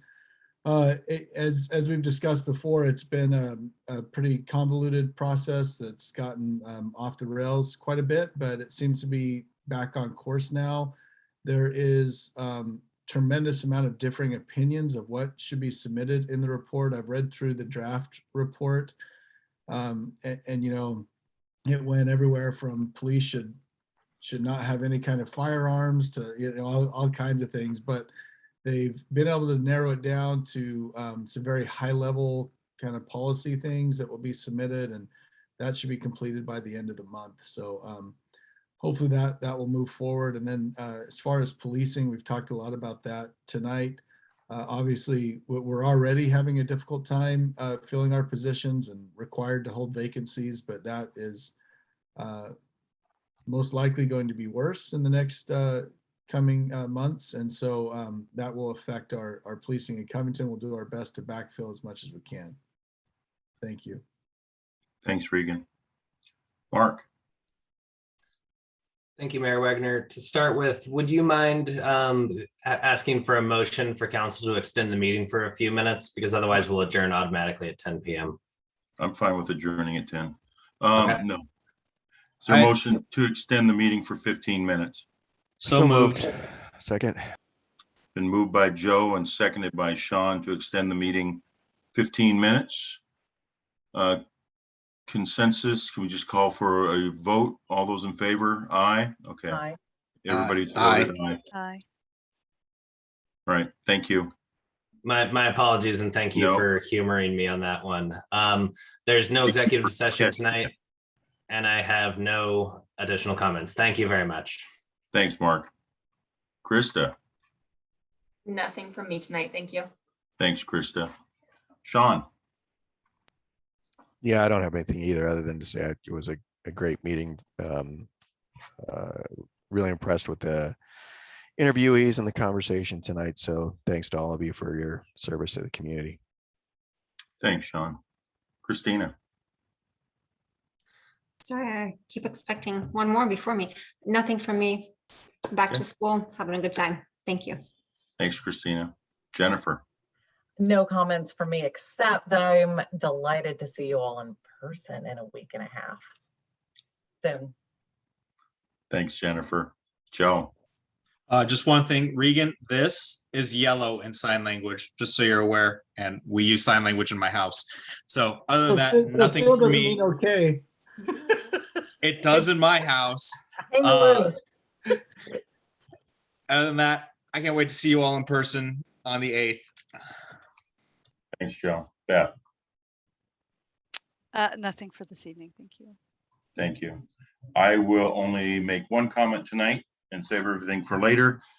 I just want to thank everybody who participated on Saturday for the Mayor's Day of Concern. We collected over a ton of food and over $1,000 in cash. And I don't think that counts the checks that were handed in. So thank you to everybody who volunteered to be there, and also to all of our residents, everybody that came through Safeway and donated. That goes a long ways for the storehouse, and they are extremely pleased with what happened for not holding an event at Safeway for quite a long time. So thank you. And with that, we'll go to our second public comment period. There is nobody in the audience, but I will state it anyway. Speakers will state their name, address, and organization. Comments are directed to the city council, not the audience or staff.